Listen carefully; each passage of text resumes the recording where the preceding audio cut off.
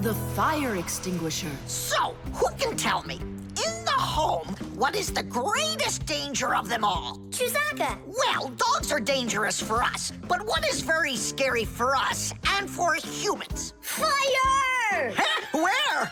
I was just answering what you asked us. Although your joke was awful, Fire, your answer was actually correct.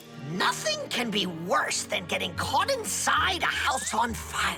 Don't know much about chemistry, but I can handle circuitry. That's an interesting idea.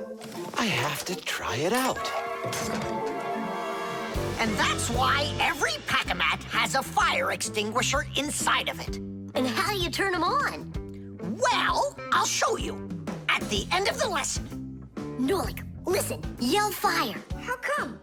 I just want to find out how the professor turns on a fire extinguisher. Forget it, Fire. I won't do it for you. Fire! Huh?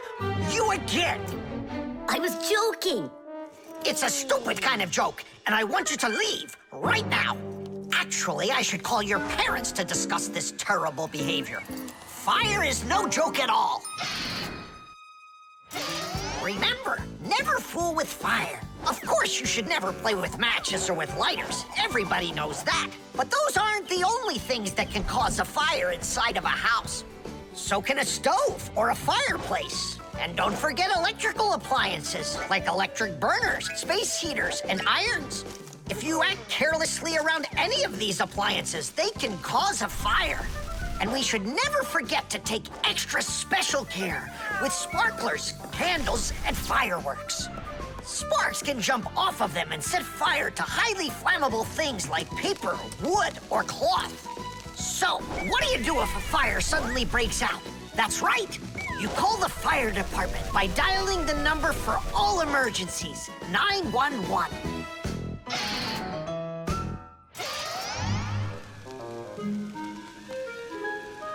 Huh? What's going on? No way. No way! Fire? It's burning for real! Fire! What do I do? Oh, yeah! I need a fire extinguisher!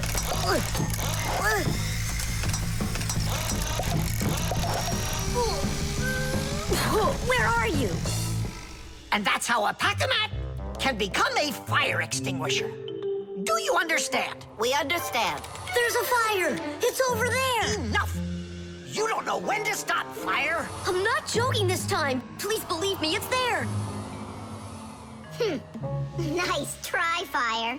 Oh, look, he even used smoke this time. No, Simka. That smoke's from a fire. Uh-huh. I'm sure that this time it's for real. It's the truth. I swear I'm not lying. This time I think it's true. He's not joking. We've got ourselves a real fire here. Tula, Simka, turn off the soldering iron. Uh-huh. Got it. Be careful, kids. You have to stay back here away from the fire. And what can I do to help? Take out your fire extinguisher.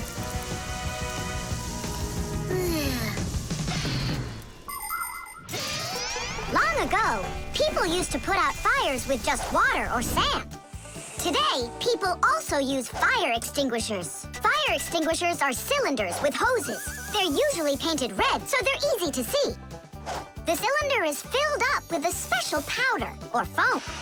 If someone needs to put out a fire, they point the hose at the fire, pull out the safety pin, and squeeze the handle. The foam or powder shoots out of the extinguisher and puts out the fire. Our fire extinguishers are just too small for this fire. We have to find Professor Eugenius to put it out. I already did. All right, where's the fire?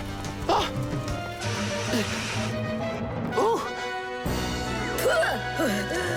Hooray! We put out the fire! You Fixies are just the greatest. Thank you. You saved the whole laboratory. Not at all, colleague. If not for you Fixies, I can't even fathom how this could have ended. And what I'm wondering is how the fire got started at all. Fire? I had nothing to do with that. Yeah, sure. Then who was yelling, fire, fire? You know what? Maybe it was you that set the fire. Well, if that's what happened, don't even think about coming back to school without your parents. Colleague, wait. It's all my fault. I didn't turn off the soldering iron. Forgive me. Now we know whose parents the school should be calling. The wires. Quiet down. Get ready for your lesson. Be quiet. Quiet down, please. Oh, it's so hot here. In today's class, we'll learn about... Whoa! What was that, huh? It must have been an earthquake. Yeah, it was an earthquake. Hooray! Sorry there, Professor. Ooh, I have to find an outlet so I can plug in this fan. Ooh, it feels terribly hot. It sure does. Well, keep looking. You'll find one. Now then, where was I? Oh, right. Today... No, it's impossible. In this whole laboratory, there isn't one free outlet. Look at this. Just pull out one of these wires and then you'll have a free outlet. I can't. I fear I could pull out a plug for something important. Volt himself would get all tangled up in these wires. Whew. Don't worry about it, Professor Eugenius. We'll find a free outlet for you. That's right, my colleague. A cup of tea will do you good, so just go relax. Thank you, my colleague. And as always, I'm eternally grateful. Fixies have opened schools for their children in all sorts of different places, like factories, stores, and warehouses. Anywhere where there's lots of machines and appliances and places to hide from humans. And this is where we hold our school, right here inside the laboratory of Professor Eugenius. It's a fantastic place for me to hold class. Every day, new devices, materials, toys, and even food are brought here for examination. And there are lots of scientific devices and tools to study here as well. But most importantly, we never need to hide from the head of the laboratory. Because my colleague, Professor Eugenius, is someone I'm proud to call a friend. He loves Fixies, helps us anytime we need, and will never let our secret out. What should we do first? We have to start out with pulling apart these wires. That'll take a second. Over here. No, here. Nolik, come help. Let's do this. Come on. Just one more time. Stop it! I can't get out! Loosen the wires! We need to pull out this one. Stop this nonsense, will ya?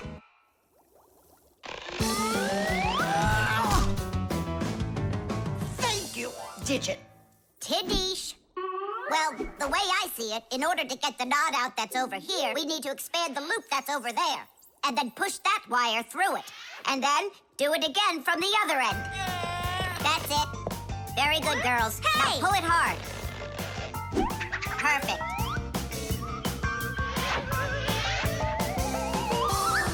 Hey, check it out. This green wire up here isn't plugged into anything.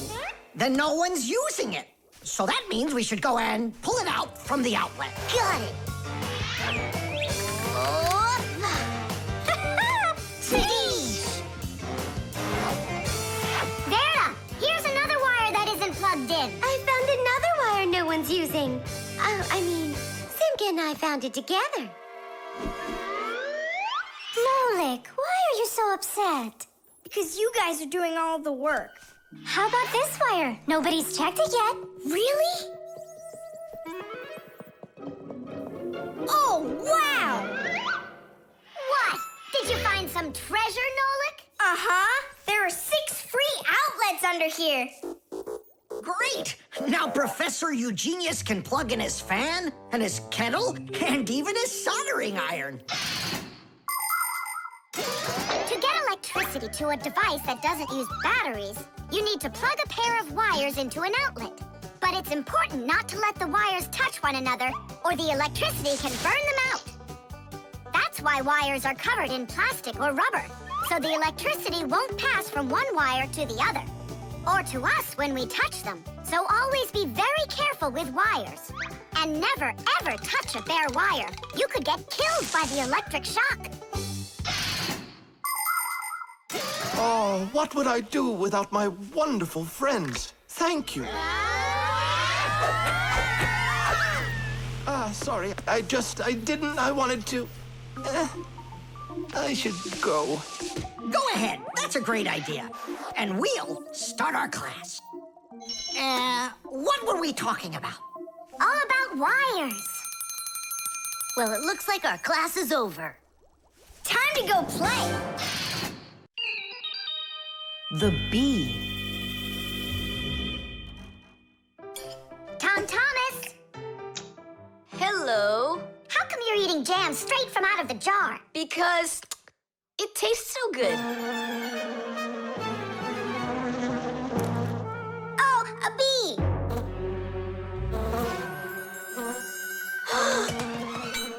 Shoo, get out of here. Leave it alone. It's just a plain old bee. Well, I was bitten by one of those plain old bees once.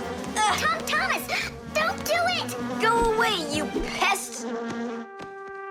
Flies are pests. Bees are very helpful and useful. How can a bee ever help us out? Bees are hard workers. They are constantly collecting nectar from flowers. Flying from flower to flower, bees transport pollen on their bellies. Thanks to this process of pollination, flowers produce fruit and seeds. In other words, bees help plants reproduce. The bees use the nectar they collect to make that delicious sweet honey loved by kids of all ages. And bee honey is not only delicious, it's also nutritious. So I'm still afraid of it. What if it bites me? Bees don't bite, by the way. They sting ya. Ah! Ah!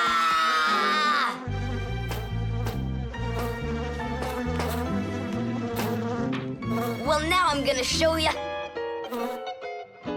Don't! The bee's the one who should be afraid. You tyrant. Yeah, you let it go, tyrant. Why are you calling me names? Who's stopping her? She can fly away if she wants. We need to show her the way out. Well, how? Here, little bee. Fly this way. Why don't you try going? Then what can I say?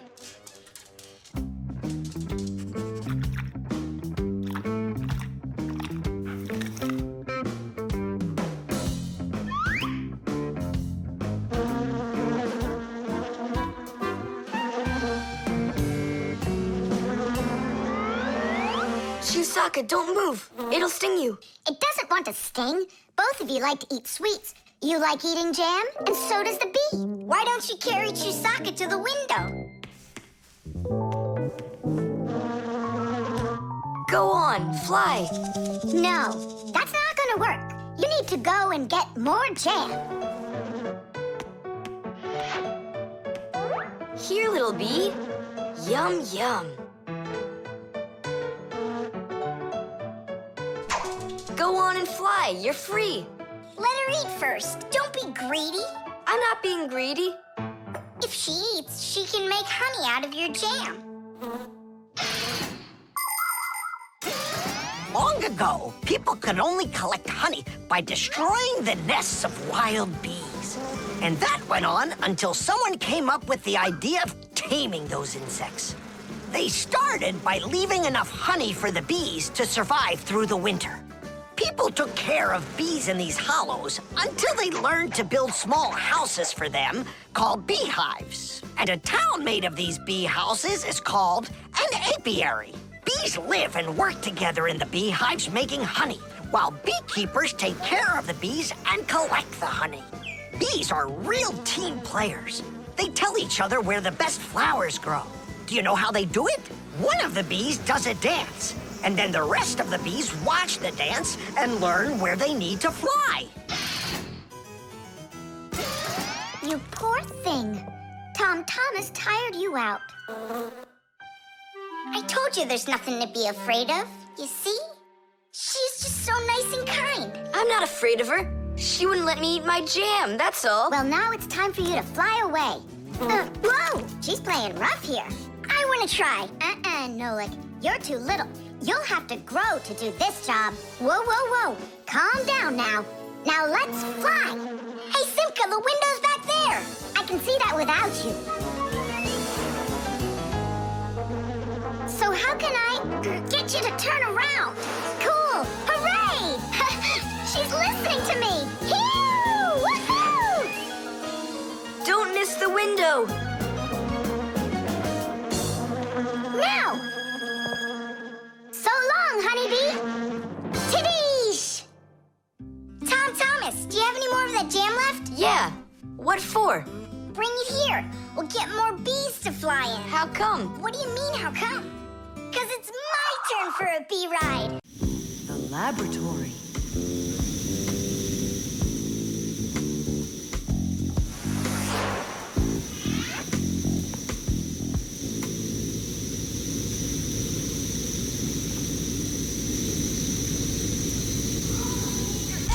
You've got to get to the school right away!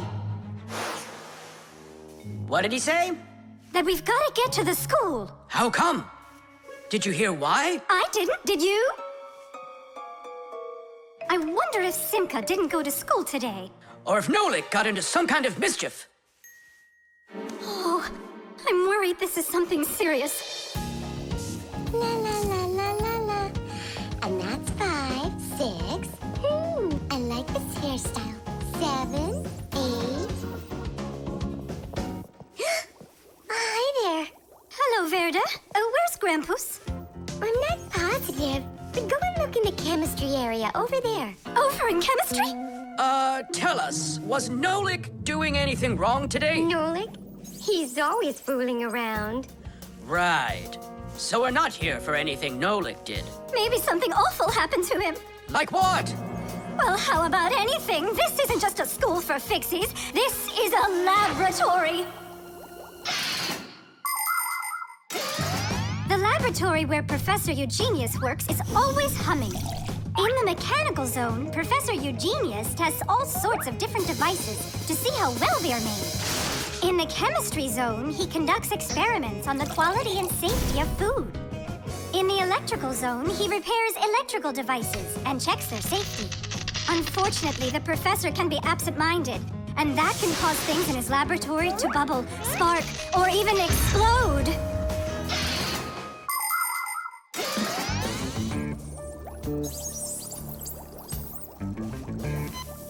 Marcia, there's nothing to worry about yet. But how can I not worry? Digit, have you seen Nolik anywhere? Do you know if anything's happened to him? This is a laboratory here. Who knows what could happen to anyone? Like what? What are you saying? Like that. I told you, things happen here. And where? Let's go, quickly! Marcia, no need to panic. Tula, where is so good you're here? We really need your help. What is going on? Oh, there! Oh, wee! Grandpus! What? Where? In the mechanical zone, there! And Simka and Nolik? There! They're all there! Oh, my children! Don't lose your head. Oh! Oh! Marcia is my wife and the mother of our children, Simka and Nolik. Marcia is a real beauty, a kind and gentle soul, and a wonderful homemaker. She is also a very responsible and extremely skilled Fixie. She is our family's expert in kitchen appliances and gadgets. Marcia works from morning till night, fixing and cleaning anything that is in need of her expert care, because she just loves when everything is clean and tidy. But most important for Marcia are her children. She takes loving care of Simka and Nolik and tries to protect them from harm. Marcia worries about them so much that sometimes her imagination gets carried away with what might have happened to them. Although our little Nolik can get himself into situations that even Marcia could never have dreamed of.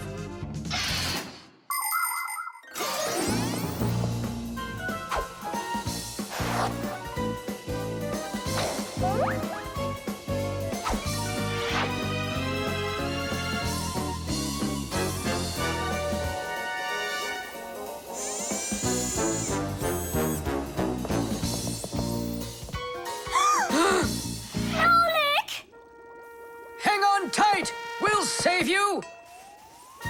Hey! You're alive!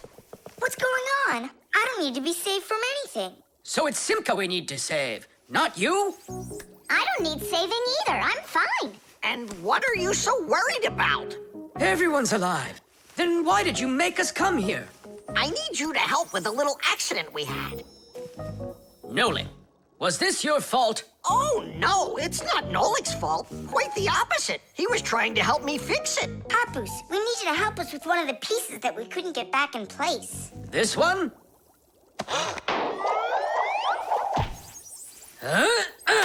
Tadish! Oh, a perfect repair. Huh, that was really the only reason we had to rush here? Why not?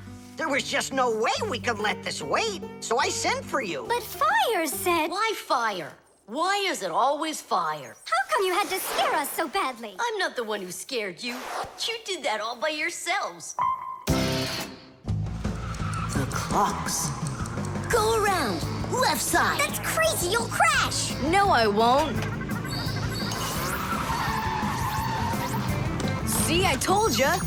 What? Huh? Nothing. Now you talk with your computer like it's your friend. Listen, that's enough playing for today. Oh, Mom, just a little more. I'll give you half an hour while I cook dinner, and that'll be enough for today with the computer.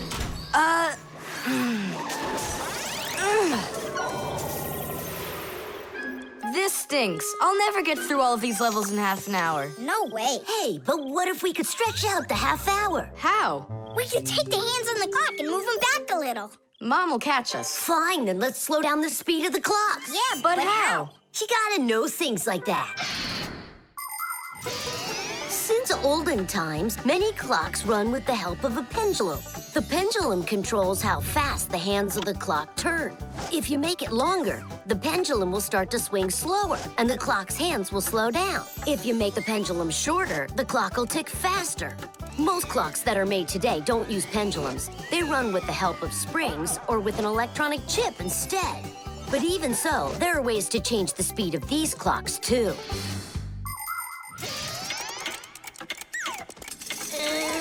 Push it! Wow, you did it! It's amazing how much slower it is. that'll give you lots of time to play. But now you gotta slow down the clocks in the kitchen. Yeah, and every other clock you got.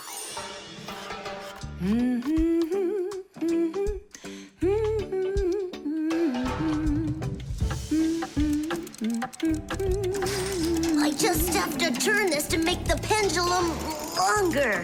Uh-huh. And now the clock will go slower. Tadee! Fire! Now that clock over there. Let's go do it. That's it! We slowed down every clock, and your mom didn't see a thing. That's great. Yeah. Wow, Tom Thomas, you're cool!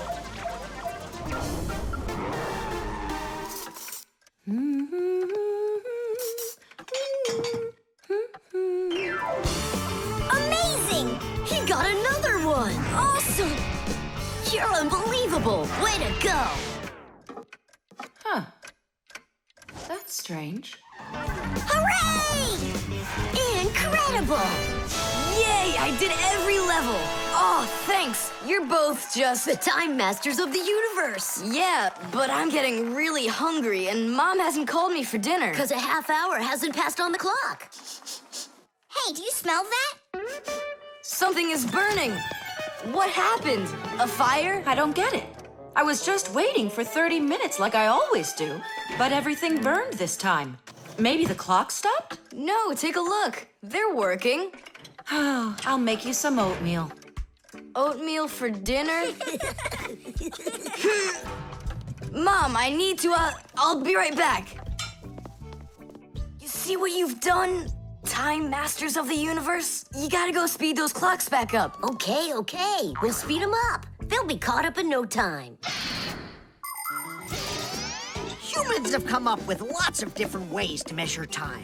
For example, if you stand a stick in the ground, you can measure the time of day by watching where its shadow falls. That's a very simple clock called a sundial. Another simple and ancient clock is a water clock. It keeps track of time by measuring how much water has poured out of it. And if the clock uses sand instead of water, it's called an hourglass. But humans weren't able to accurately keep track of the time until they invented mechanical clocks. They come in all sorts of sizes, from grandfather clocks to watches worn around the wrist. Today, we also have easy-to-read and accurate electronic watches and clocks. But the most accurate clock of them all is the atomic clock. It tells the entire world the exact time.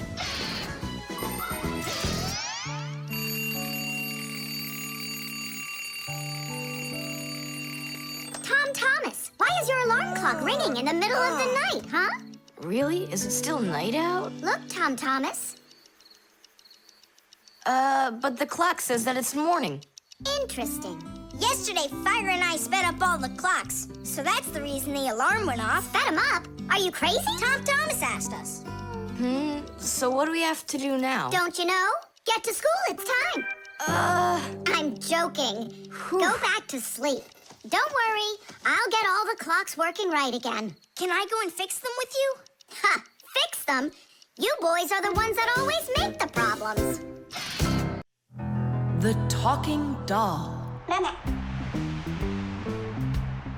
Well then, now you know what you need to do to fix it. Professor! Professor! Our lesson is over. I'm sorry to be a bother. No problem, Professor Eugenius. Our lesson's over. I've got an urgent matter. You see? You've got yourself a talking doll. Yes, only she speaks Japanese. The problem is I've been asked to get her to talk in English. We can teach her. It's a new technology. I'm puzzled. Don't you worry. We'll figure it out, Professor. Thank you, my colleague. You're always there when I need it. What would I do without you?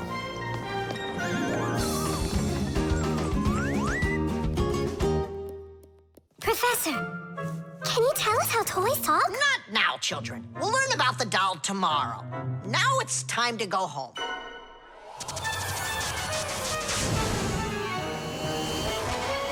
I already know everything about that doll. You do? Changing her voice is so easy that anyone can do it. How? Here, come, I'll show you.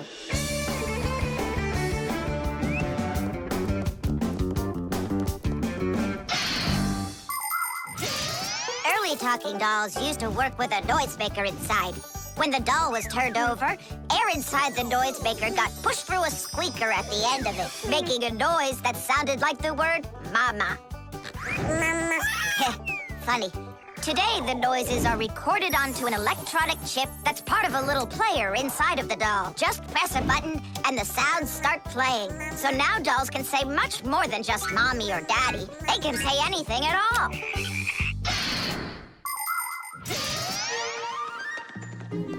Well, here's the chip. This is where the recording of the doll's voice is. That's awesome. Can you re-record the voice on there? Well, yeah. Okay, I gotta go. See ya. Wait, Nolik, I thought of a really funny joke to pull. What if we slapped him and then we told and it was a name? Well, now, as I promised yesterday, I'm going to tell you all about talking dolls. Some start talking when you rock them, while others react to noise. And for this little lady, you need to press a button to get her to talk. Who wants to? Dula. Me? Well, okay.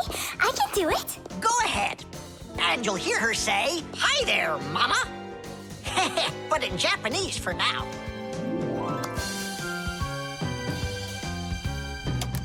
Tula. Is that Japanese for hi there? Tula! Why are you hiding a picture of Digit in the Pac-Man? How could she ever know that? Maybe you're in love? That doll is alive! They call that joking. I just thought of a better joke that we can play. Yeah. What? Tula, don't cry. She's not alive. She is alive. I'll tell you who did this horrible thing. It was Fire and Nolik. It's true, but now the joke will be on them. How? It's easy. All we gotta do is go. The smartest Fixie in our class is Digit. Sometimes I think that he knows everything about everything. Professor Grandpus has a lot of respect for him. Digit's always in thought whenever you see him, and he doesn't like when anyone distracts him. He just has no time for fooling around with the other boys. Digit prefers to solve problems using his brains and not his muscles. That's why he can have a tough time in gym class. But he's so sweet that it makes you want to help him. To tell you the truth, Digit isn't always great fixing things with his own hands. But no one understands technology better than he does. If something breaks, Digit can always figure out exactly what's wrong with it and the very best way to fix it.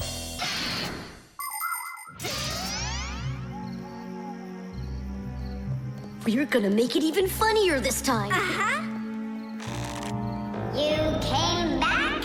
What? You troublemakers. Now I'll show you what happens to bad boys who hurt girls' feelings. Oh, you got scared. Who's crying now, huh? They probably thought that the doll came to life. You know what, Digit? I just started thinking that it might be better if she were alive. You know, Tula, you sure are hard to please.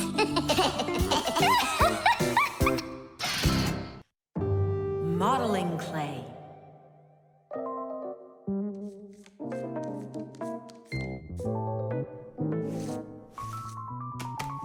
All done. Simka, take a look. I've got my own pack-a-mat. Now look at that, a pack-a-mat made out of modeling clay. But this one's my own, and it looks just like a real one. Okay, you're right, it really does, Nolik. Simka, Nolik, what's up? Hi there, Fire. Wanna play some tag with me? I really wish I could play tag, but unlike you, I've got tons of work. Yeah, like what? Well, a bathroom hook fell down. Tom Thomas broke the lamp on his desk. The aquarium has a tube that's leaking. So go and play. I have to get a pack-a-mat. Oh. I wish I could play tag. Hold on. Nolik, you've got a pack-a-mat. Uh-huh. Although I gotta say, it looks a little strange. That's because it's... Let's fix everything before Simka with your pack-a-mat and my Fixie board. This'll be great.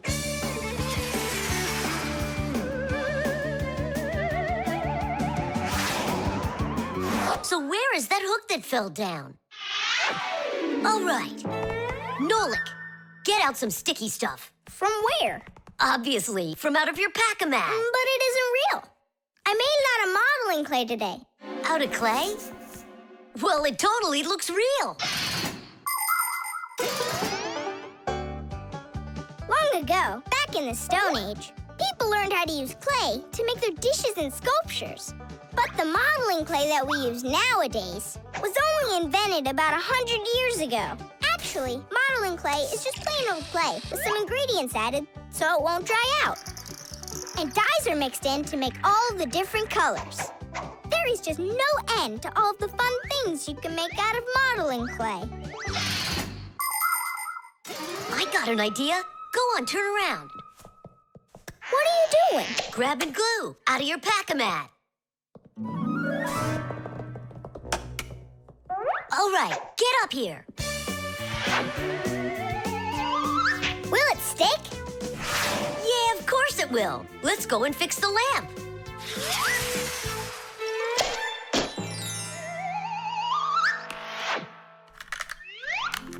We can't fix this without a real pack-a-mat. Yours will work just fine.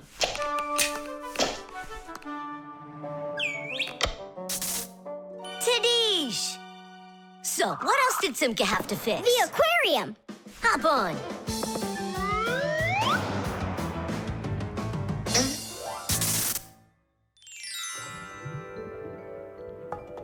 Well, where's that leaky tube? Here, it's leaking at the joint. Yeah, this tube is gonna need a lot of modeling clay. Give me the rest of your pack-a-mat. Sure. And here's a souvenir. They're all done. What's all done? We already fixed everything. And what did you fix it with? Modeling clay. Ha! Modeling clay isn't gonna hold anything. Well, I say it will. Wanna bet? All right.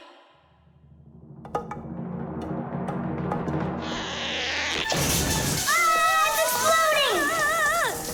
What in the world is happening here? Flooding water! You just do as I tell you, without panicking.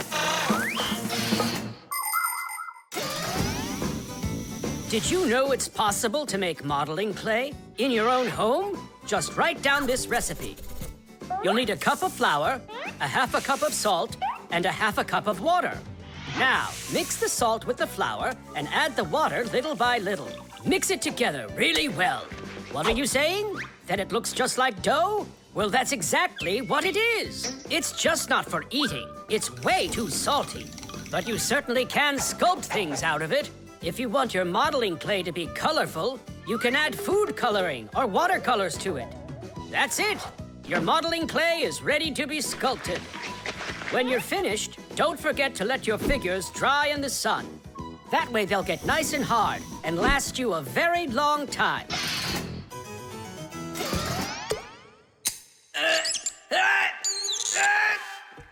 Phew. We almost didn't make it. And did you fix the lamp with that modeling clay? Uh-huh. And the hook, too. That was not a good idea. But it was really quick. Hey, that's true. That's why I want to give a medal to you. You're heroes. For real? Of course you are. And here it is, your medal. But it's made out of modeling clay. Your reward fits your heroic deed. Invisible ink.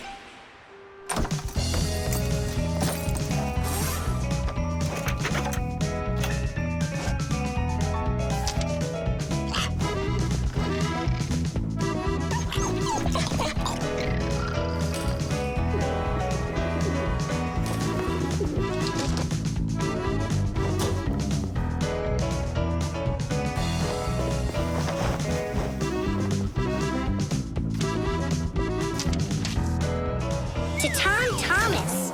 What is it? A note? Who's it from? It's from no one. Ah, is this no one a girl? Hey, tell us, what did she write to you? I don't know. Well, then let's take a look at it. No way. It's a secret. Even from your friends? Mm-hmm. Come on, we're not just your friends. We're secret friends. And you won't tell anyone? Nobody. We promise. Are you gonna open that thing or not? There's nothing there. Is this a joke or something? Maybe she didn't feel like writing you anything. Then why would she put a note in there? Wait a second. And what if she wrote that letter with a special kind of invisible ink? Wow, I've never heard of it.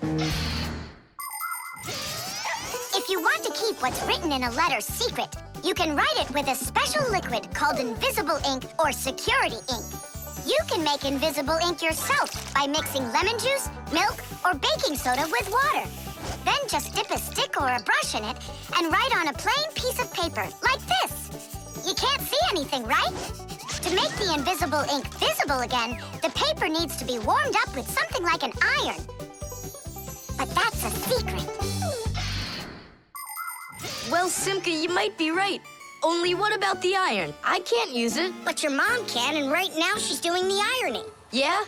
Well, that changes everything. Hold on! If that really is a secret letter, then no one should be allowed to see it. Even your mother. What can I do then? Ah, I know what.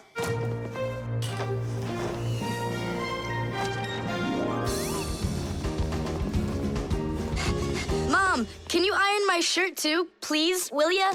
What's wrong with it? There's nothing wrong, it's just that the pocket's wrinkled. Ah, sure, I'll do it. Since when did you start worrying about things like this? All done. Thanks, Mom. That should do it. What? What is it? Huh? Tom Thomas, I really like you. Katya. Katya's in love with you, isn't she? And what about you? Do you like her? I don't know. She does get straight A's. You like her. You and Katya kissing in a tree. Nolik, stop your teasing. Well, are you gonna write her back? You think I should? Of course, silly. I'm scared that someone will see it. Then why don't you write it with invisible ink like she did? Yeah, go get a lemon. Now Nowadays, it isn't very common for people to write letters by hand and send them by regular mail. Today, people mostly send letters through the internet. But even electronic letters should be written with some of the same simple rules of politeness used in handwritten letters. For instance, you need to write a greeting at the beginning of your letter, and a few kind words at the end are always appreciated. Something like hugs and kisses, or all the best, or see you soon. And before you send off your letter, it's best to read it through to check for any mistakes. And one more thing.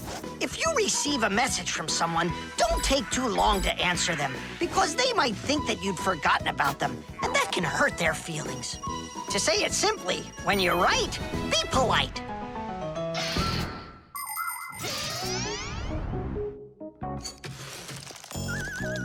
Go on, write.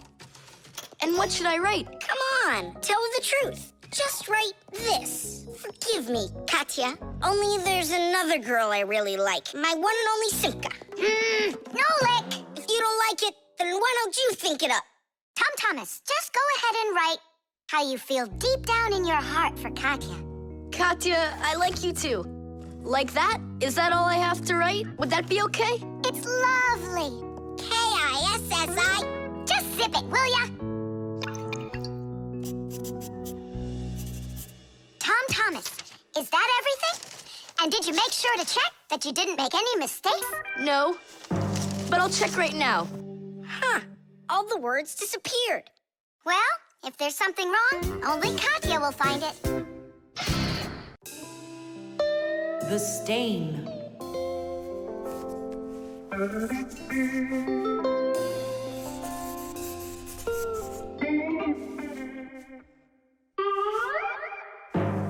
Tom Thomas, what's going on? If you really want to watch TV, then you gotta turn it on first. I'm not watching it, I'm looking at my reflection.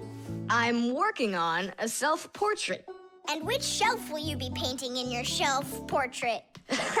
It's not a shelf portrait, it's called a self-portrait. It's when an artist draws or paints a picture of himself. Of himself? Ha! You think you've got muscles like this superhero I see here on this paper? How can I see exactly what my muscles look like? And anyway, let the artist do his work. Tom Thomas, your shirt! There's a spot! Oh no! Wipe it off, quickly! It's even worse, so now what? What we really need is Masya.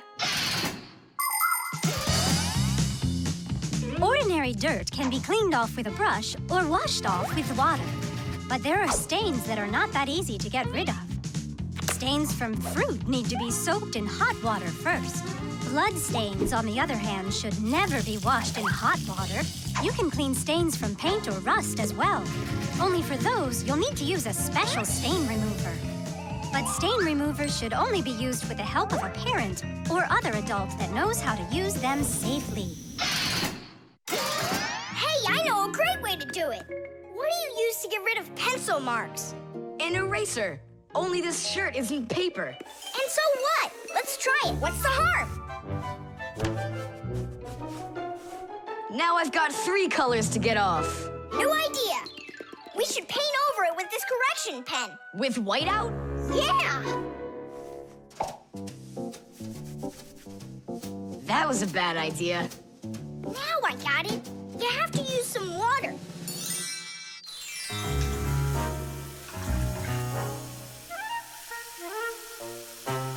The wash should be better, don't you think? No, you can't wash whites with colors.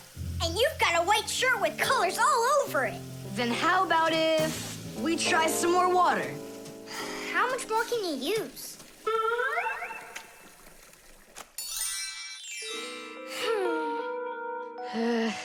Any more ideas? You know what? It's possible we did something wrong. Everything you did was wrong. You should have used a spot remover to clean off that stain. A spot remover? No way! Oh, take a look at it, Simka. I think it's marvelous. They painted that white shirt so nicely. Tula is Simka's best friend. She's very tall, almost as tall as Papu's. Yeah, she's the tallest one in her class. song, too. Tula loves to laugh, and she does it louder than everybody. That's just the way she is. Cheerful and kind. Ready to help anyone who needs it, and making sure her friends are getting along. Of course, I don't like that she treats me like a baby, especially since she's the one that's a scaredy cat. She can even get scared of a cute little spider. And she believes in all sorts of silly superstitions and horoscopes. Tula will believe anything you tell her, which is really great because it makes it so easy to play tricks on her. But she takes it all in good fun. That's because she's Tula. It was on purpose, wasn't it? Well, yeah. Tom Thomas, no! Your mom will punish you for just one of them, and now you're gonna make more stains? Don't worry, Nolik. I forgot that this is an old shirt, and I'm allowed to get it all dirty if I want. And I tried so hard to clean it. Put another spot there. And over here. One in the middle. And a line over there. Splendid. That looks great. And how about down there? Wow, it's like fireworks. Splendid. There's a name for this style of painting, and properly speaking, it's an abstract painting. They have lots of lines and spots, and everyone sees whatever they want in them. Yeah, look! A golden ball by the river! And there's Tom Thomas with an F on his report card. Tom Thomas, what did you do to your room? And your shirt? You know what they call it? It's, abstract art. There's something good in it. I like it. Abstract art. Isn't it great? Ah, my little artist. The Draftsman. Pew! Ha! Huh? What? Hi there, Tom Thomas. What are you drawing? I'm not drawing. This is called drafting. What's the difference? Tell me, is that a circle? Sure is. And that? It's a circle, too. Only it's a rounder one. Of course. That's because I drafted it with a compass. And now I've got a real target. So now I'll load my dart gun. Whoa! Why'd you shoot that thing at me? It was the gun. I didn't even pull the trigger. What? Did it break? Let's open it up and see. There. This little part broke. Let me go find Papoose. He can help you. He can make another one. A brand new one. Wait, I can draft a technical drawing. Will Papoose understand how to read one of those? Are you kidding? Papoose is an expert at everything.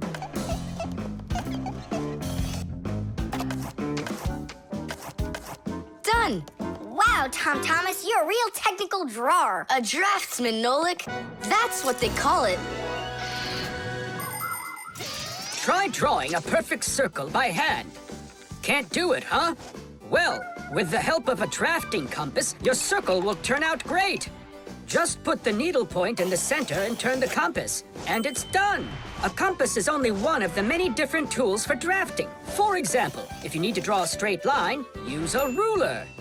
And if you need to draft a frame for your picture, you can use a triangle. First draft one side, and then the other. And then to finish your frame, just turn the triangle upside down and draft the two remaining sides.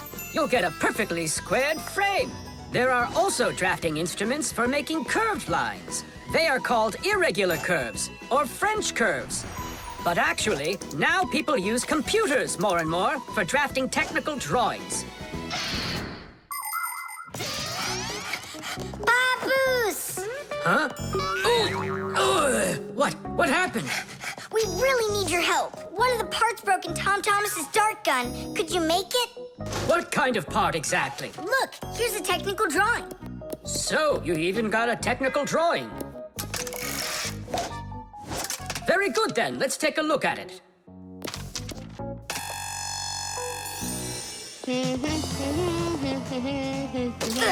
Here you go. Super. Let's see. It's not gonna work. You see, it sticks out here on the side. I need to draft another technical drawing. Papoose! Huh? Nolik, you scared me again. Forgive me, but the part has to stick out over on this side. And you're sure that's all? That's all, for real. Tom Thomas, it's done. Listen, while you were gone, I realized that the part needs to have a hole right here.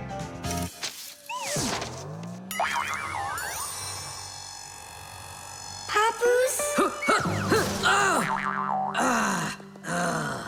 Again? Sorry about this, but there's a hole in this thing, too. A technical drawing is a special kind of drawing. It has to precisely describe the thing that needs to be made. To do that, the drawing must be very accurately drafted and include all of the measurements. And that's not all. If the object is complex, it must be drafted from at least 3 sides, including the front, the side, and the top. You see? The object looks different from every side. So if you don't want to work over and over again, learn to draft correctly.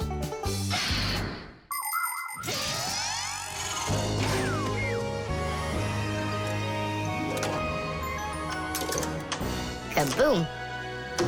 It works. Bullseye! And all thanks to our technical drawings. Yeah, after 3 tries, right? Some draftsman you are. Now I can draft all sorts of technical drawings. Even one of you if you'd like. No, don't bother. Hey, Great. that tickles. Now do me a favor and turn. Hey, what are you doing there? Just stop. What's going on? Now I think I got it. It's done. And what's that circle for, huh? That's the top view. You know what, Simka? That's what you really look like from up here. Nolik, take this over to Papus.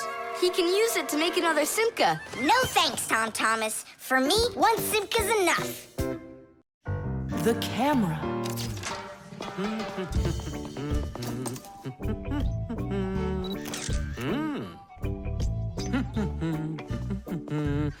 Stop right there and let me see how pretty you look today. Well, just don't tell that to the elevator. Bye-bye. Check it out, Nolik. Class, huh? You're not gonna get in trouble for doing that? No. My dad gave me permission to take a few pictures with this camera. No, I mean the picture. You're sure that your mom and dad will like that you took it without asking for permission? But look, what a good picture. You know what, Tom Thomas? You're like a regular paparazzi or something. Paparazzi? They're the ones that take 1 photo and get millions, aren't they? You're right. And don't care about anyone except their photo paparazzis. Did you ever wonder how a photo camera works? Let's say you want to take a picture of nature. The light that's outside goes into the camera's lens. That's the glass eye on the front of the camera. The lens takes the light from the scene outside the camera and turns it into a tiny picture that's inside the camera. Then the picture is recorded onto a special electronic sensor called a matrix that's sensitive to light. Click, and there's your photo.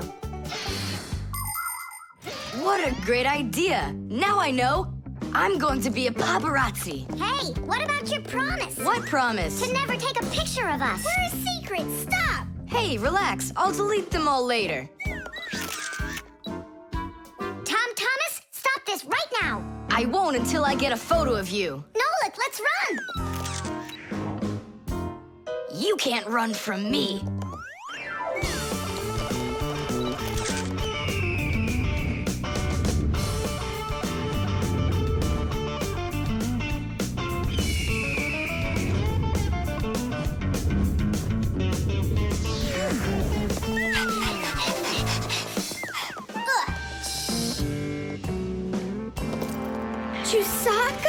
Aha! I've gotcha! The story of the century! The monster and its prey!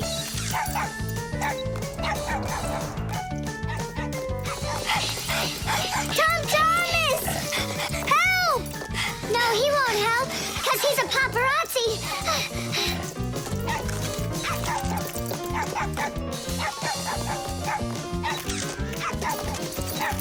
Yes! I got it! That's my best photo yet! What's all this noise about? Awesome shot.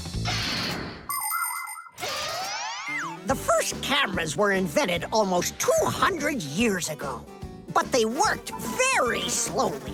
If you wanted to have your portrait taken, you'd have to sit still for a whole hour. After film was invented, cameras got much faster, and it became possible to take about 10 pictures a minute. On a piece of film, everything appears to be backwards. Black parts of the picture are white, and the white is black.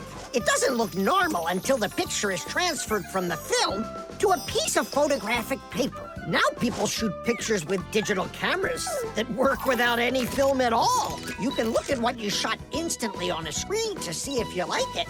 And if you don't like it, you can try shooting another one. And today, you don't even need a separate camera to take pictures. Almost every mobile phone has one.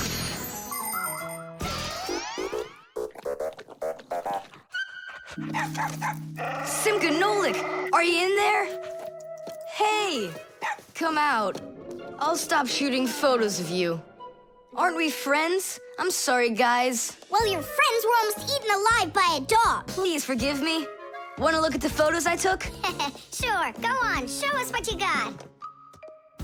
We're not in that shot. We're not there either. Ha! Well done there, paparazzi. Hang on a sec. I still got another one, and you're in it. I know for sure. Look. I'm zooming in. It's impossible. I don't believe it. It's possible. But when did you have time to turn into screws? The same time you were pushing the button. When we're scared, we can change faster than the blink of an eye. You lost. Paparazzi. And what are you gonna do with your millions, Mr. Paparazzi? Would you please stop calling me that? You got it, after every one of those photos is thrown away. All right, I'll delete them. And do I have to delete this one too? No, keep it. It's a great shot. I never even saw you take it. The manipulator.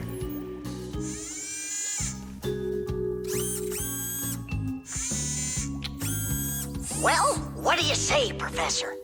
It couldn't be any more accurate. Our manipulator works just perfectly. Good! So that means that we're free to go. Great. See you later.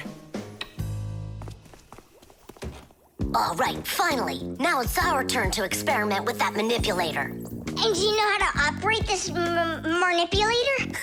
Why do you think we were spying? A manipulator is a kind of mechanical arm that people use for difficult or dangerous work. To control a manipulator, humans use a remote control or a joystick. The operator gives the command, and the mechanical arm grabs and moves the load. Some robotic manipulators don't even need to be steered by an operator. They're controlled by computers and can work without people being there at all, even on the moon.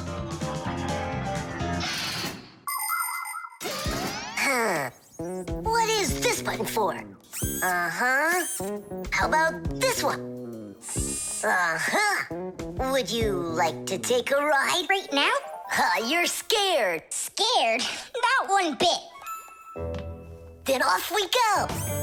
Yeah, cool. Ha, this is totally awesome. Well, hang on. This is gonna get even awesomer. Professor?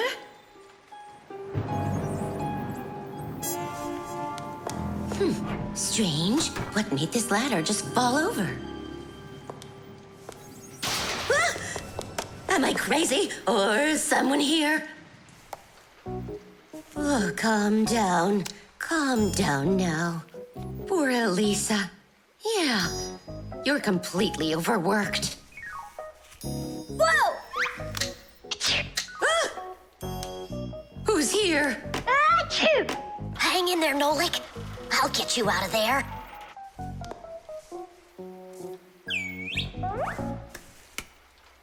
My compact's gone. Oh dear, what's going on?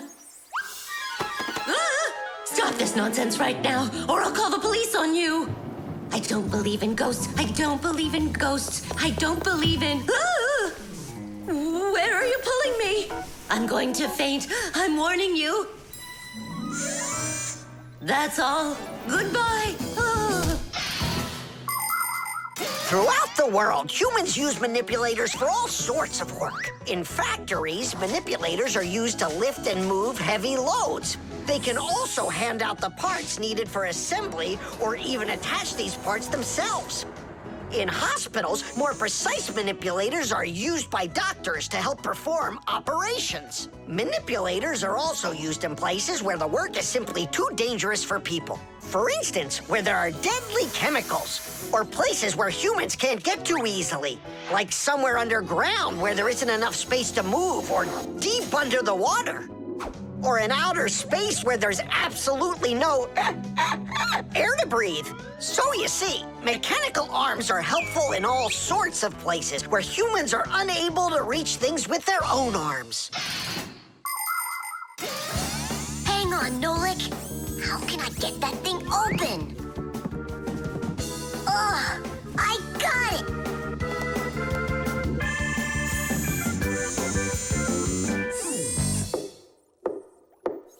Yes? Who's there? Ah! What's going on? Achoo! Nolik? What are you doing in there? Achoo! We just took a little test flight. Is this yours?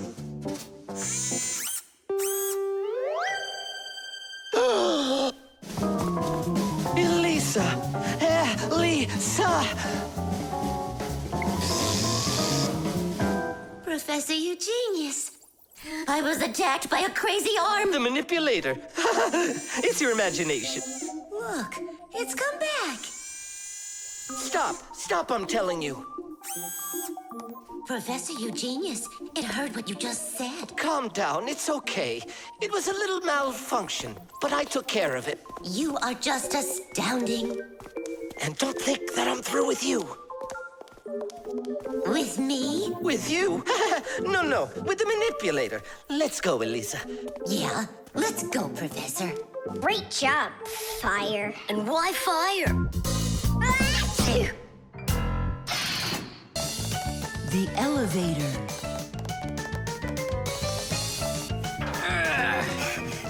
Grandpus, Marcia, we gotta hurry. How come? Tom Thomas is going to see the circus. And what? We want to go with him, can we? The answer's no. Just you kids without supervision. Who said no supervision? His parents are taking him there. We'll be careful, don't worry. They won't even notice us. Well, if Tom Thomas's parents will be there. Hooray! We can go! Wait a second. I didn't even say yes yet. Yeah. Simka and Nolik, where are you?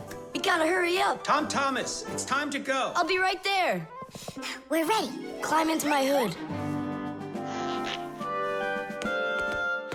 Ha! I know who's going to the circus today. Whoa! Huh? What just happened? I think that the elevator broke down. Don't you worry. Emergency operator. We got stuck in the elevator. Understood. Please wait. We'll have the elevator fixed within the hour. That long? That means we won't get to the circus on time. Tom Thomas, we'll go get Papus and Marcia. I'm sure they can fix it. People need elevators to help them get to the upper floors of tall buildings. When someone steps into an elevator and presses a button, the elevator's electrical engine starts up. It pulls the cable that is attached to the elevator cabin, and the elevator goes to the desired floor. The cable hangs over a wheel, and it usually has a heavy counterbalancing weight attached to the other end of it. This counterweight balances the elevator and helps the electric motor do its job.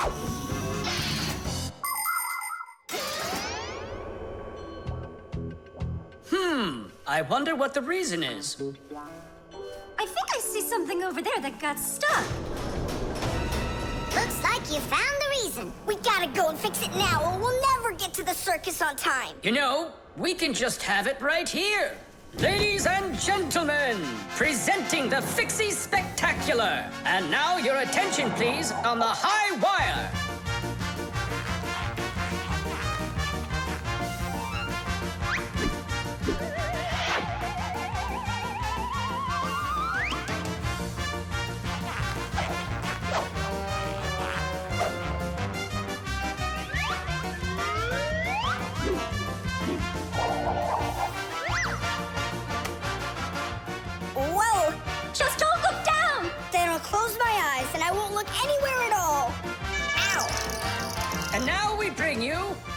very own aerial gymnasts.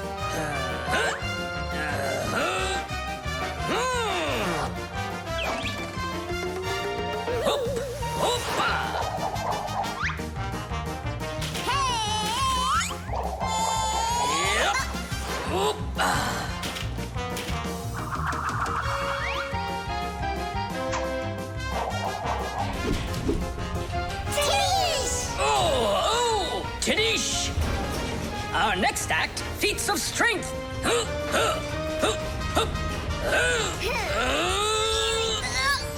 won't come out! I know how to fix it. With a death-defying circus act, point your eyes up. Marcia, where are you going? Up to the electric motor! Do you know the right way to behave yourself inside of an elevator? First of all, small children should never get into an elevator by themselves. They should only go in with their parents or other adults they know well. When getting onto an elevator, the adult should always enter first and then the child. When it's time to get out, it's the other way around. First the child leaves and then the adult. If you are taking a dog onto an elevator, make sure its tail and leash are completely inside so they don't get stuck in the door. And there's one more thing. If the elevator suddenly stops for some unknown reason, don't try to break out of it yourself. Press the button that calls the emergency operator and wait for help from the elevator repairmen. Or the Fixies. I reached the motor! Turn it on! Oh, they fixed it. That was quick. Now we'll make it on time. There was no need to worry. Stop! It's way too high. Tom Thomas went to the circus without us. There's no need to get that upset, Nolik. Our circus is as good as theirs. Right, Papus? Of course it is. Thank you. Thank you, to who? What do you mean who? The elevator repairman. The disguise. Ugh, good. Tom Thomas, why do you need a second aquarium? Especially without any fish. First of all, it's a terrarium. And it's not for fish, it's for lizards and snakes. Ooh. My friend Katya asked me to take care of him while she's away. That's why I brought him here. Take care of who? There's no one in there. Ah! What is that? It's a chameleon, Nolik. I think he's awesome. It's a bad idea to take him out. He might run away. Don't you worry, I got him. What a monster. But how come I couldn't see him before? It's because a chameleon knows how to disguise himself by changing the color of his whole body. Have you ever seen a military uniform? They have special patterns and colors that help soldiers hide. That's called camouflage, and people learned it from animals. For instance, a caterpillar can look like a twig, and a seahorse can look like a piece of coral. An ordinary gray rabbit becomes white in the winter, so a wolf will have trouble finding it in the snow. But the champion of camouflage is the chameleon. This master of disguise can change its color in just a matter of seconds.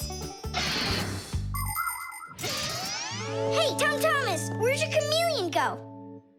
Oh, it disappeared. It didn't disappear, it camouflaged. He won't hide for long. Let's find him.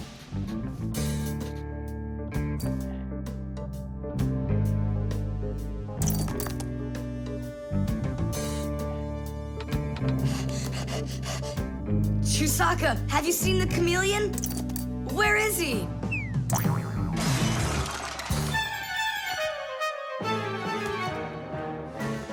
Do you see him?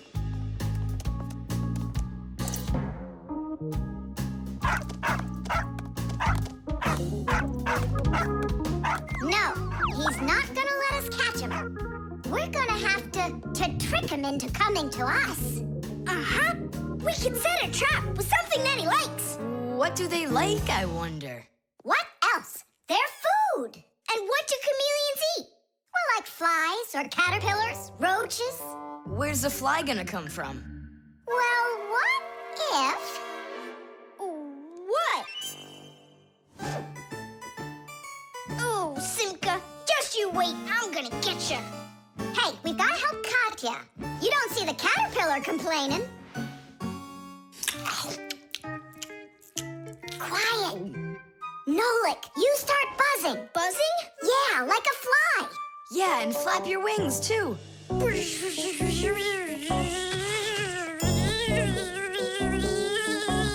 Simka, how long do I gotta keep doing this? Until the chameleon shows himself. Just keep buzzing.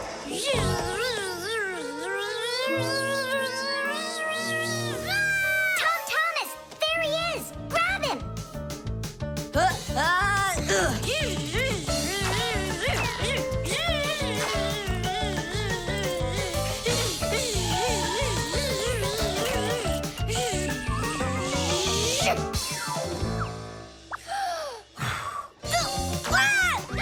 Let go of my brother. Tom Thomas, quickly. I've got a hold of him.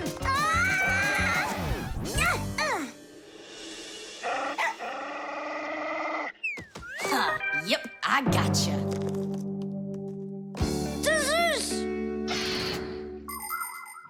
In the army, they use camouflage all the time. They use nets that look like bushes, paint their tanks in colors that make them blend into their surroundings, and even fly in special planes that can't be seen by radar. They do everything they can to disguise their location. But it's not just the army that uses disguises. Photographers camouflage themselves to take pictures of wild animals. People use makeup to camouflage their blemishes. And artists, they disguise old walls with bright, happy pictures. And people just love to put on masquerade parties where they disguise themselves in costumes and masks. And of course, Fixies have their own great disguise. Remember? Well, what is it? Now he won't run away. So, Mr. Master of Disguise, what are you gonna say now? If only I could disguise myself that well. Nolik, what are you talking about? You know how to disguise yourself 100 times better than him. Ah, you're right. Hey, chameleon, look and learn. Here's a real disguise.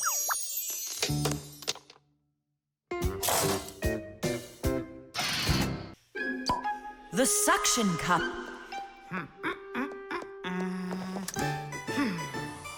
Where's Professor Eugenius? Did you see him? Not yet. Strange. He told me he'd be here today to conduct some tests. Grandpus, right here under the glass. There's a note. Dear friends. That means the note's for us. That's because Professor Eugenius can always count on us. I'm off for a conference today. So what should we do? While I'm away, please keep an eye on each of my tests. There's the wristwatch. And where is it? It's right there.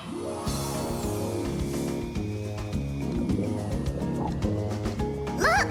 How come the watch is in the water? So the fish can know what time it is? Nolik, don't be silly. This is the test he made for the watch. You see? It says water resistant right there on the back. That means that water shouldn't get inside of it.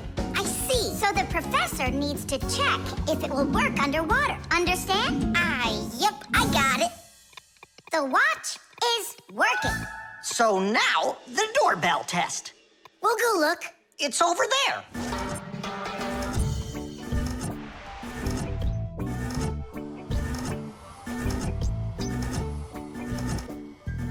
What's that thing doing? It tests the button to see how fast it wears out. To check the quality of appliances, toys, sporting goods, or just about anything, they need to undergo serious testing. Take, for instance, telephones. They need to be tested with both heat and cold because they have to work in places as hot as Africa and as cold as the Arctic. Computers are tested to make sure they can be shaken and rocked, too. That way you can be sure they'll work on a desk at home, or outside in the park, or while you're taking a ride. Different kinds of products need different kinds of durability tests. For example, athletic shoes and car tires are rubbed and squeezed over and over to see how long they are going to last. Yes, testing's very important. Without testing, a machine or appliance could let you down at the very worst moment. If guests come to visit once a week, and once every month a hooligan comes, pushes the doorbell, and runs, then I figure this doorbell will last right around 400 years. That's long. The doorbell is still working. That's very good. And also, What? I don't know. We need to turn the note over to read the end. But how? Oh, raise the glass, that's all. Hup, hup, hup.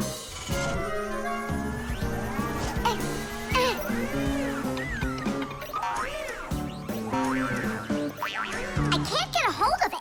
We should find a suction cup. A suction cup?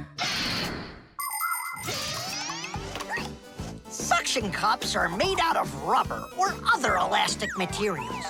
When a suction cup is pressed against a smooth surface, the air inside is squeezed out. The air outside wants to get back in, and so it pushes down on the cup. The rubber edge of the cup won't let the air leak in, so the outside air keeps pressing down, and the cup keeps on sticking. And that's how a suction cup sticks to a surface by using the power of air. Wait a minute. I know where there's a really big suction cup that we could use.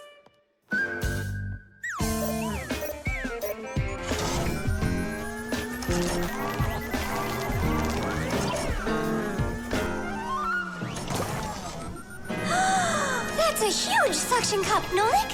Stiddies, stiddies, stiddies. Well done, Nolik. Only we need to hurry before air gets under this suction cup and it unsticks. My suction cup will never unstick. Well, let's see what it says here. Simka, you'd better hurry. And make sure nothing gets broken here in the laboratory while I'm away. Huh, and what could get broken around here? Ah, the glass, look out!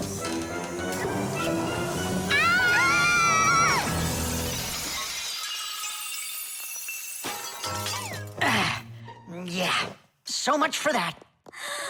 And who's going to clean up all this broken glass? You don't know? Nolik.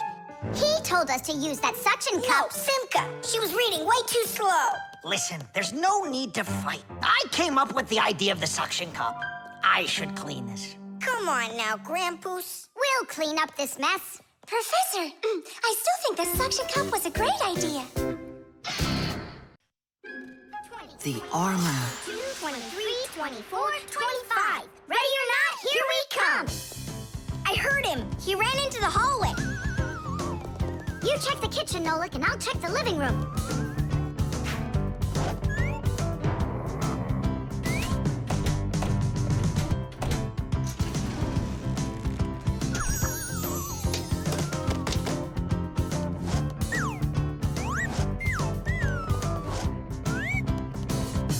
Well, I just don't get it. Where could he be hiding? The office. We forgot to check in there.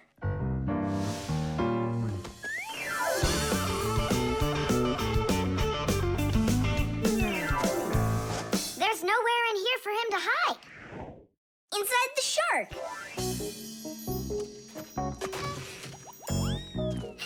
Nolik, Tom Thomas couldn't even fit half of himself inside of that shark. Yeah? Then in that huge vase. Uh-huh. He's all scrunched up in there and laughing at us.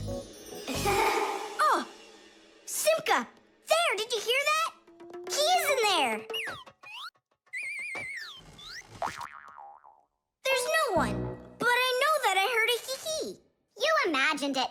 Let's go take a look in the bathroom. I imagined it.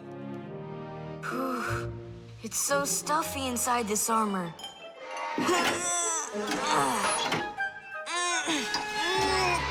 The arms got stuck.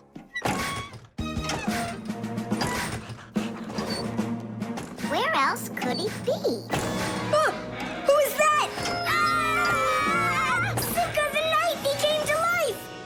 Well, how much longer are you gonna look for me? Armor is very hard clothing worn by warriors to protect them against swords and arrows. People started making armor in ancient times, but the full body armor that knights wore didn't start until the Middle Ages. The armor worn by knights on horses was heavy, It could weigh 100 pounds. And if a knight got knocked off of his horse, he'd need help to get back up again. By the way, the knight's horses, they wore their own heavy set of armor for protection. Hey, did you turn into statues? Tom Thomas?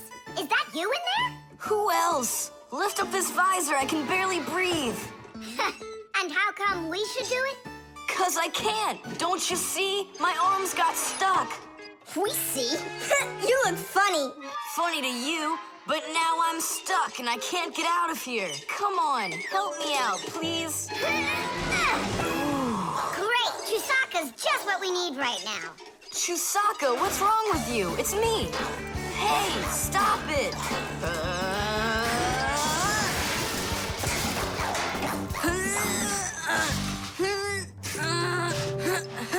Help, I can't get up.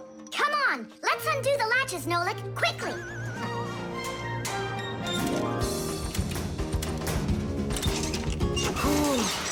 Thanks for helping me. It was nothing. I couldn't have done it without you. Let's put the night back together. Uh-huh. Before Dad gets back. Protective clothing isn't just for people who are fighting in battles. Travelers put on special nets to protect themselves against mosquitoes and gnats.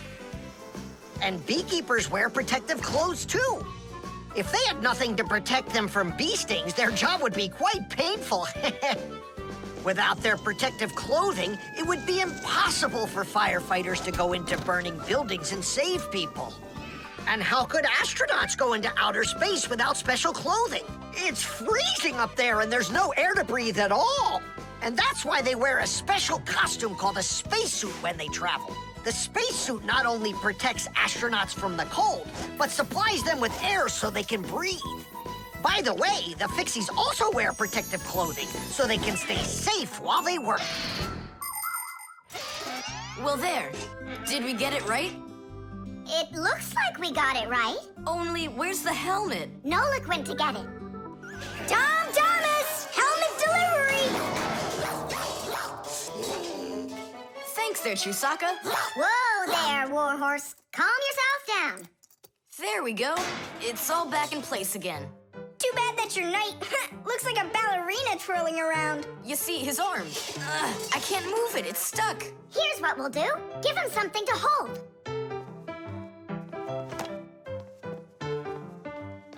Well, how's that look? Perfect. Now we can paddle into battle. The Fixie phone. Tom Thomas. Huh? Try to guess what we have with us. You guess what I have. A banana. A race car. No, not that. Chocolate. A pair of socks. Ha! Do you give up? My dad bought a new phone for himself and gave me his old one. He said I can keep it. Oh, wow. And what have you got? Look! Ah, you got a telephone too. It's better than that. This is a Fixie phone. Papu's got himself a new Fixie phone. And he gave this old one to Simka. And can you make calls on it? Take a guess. Come on, let me show him.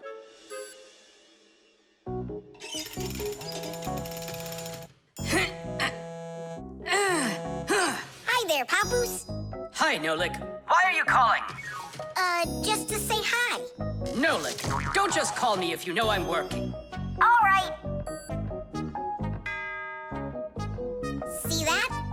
So what? I can make calls on my phone. Calls to humans, that is.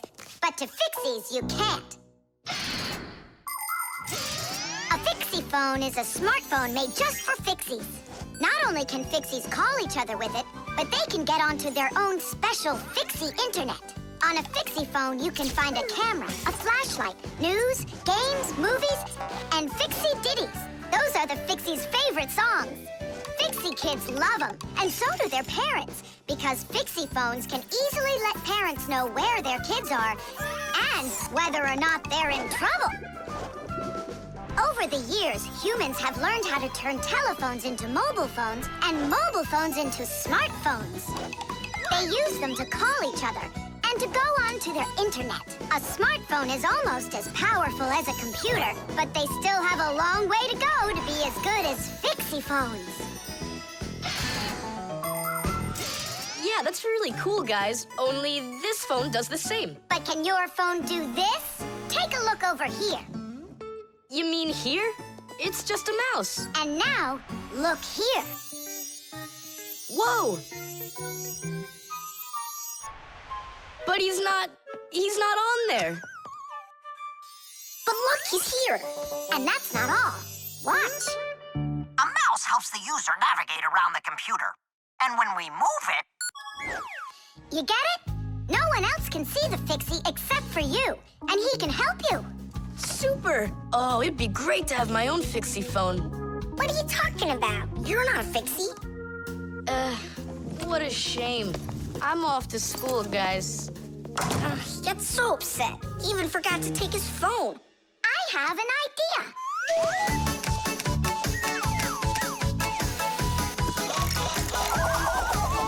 My smartphone's my best friend. I love to hear it beeping, so I keep it by my side even when I'm sleeping. Bing bong all day long, bing bong all day long, bing bong all day long, even when I'm sleeping. With my phone I play alone. I don't need my brother. Soon they'll make a brand new app to replace my mother. Bing bong all day long, bing bong all day long, bing bong all day long, to replace my mother. Check my mail, send a text 1,000,000 times an hour. I forgot to plug it in, now I'm out of power. Bing bong all day long, bing bong all day long, bing bong all day long, now I'm out of power. Bing bong all day long, bing bong all day long, bing bong all day long, now I'm out of power.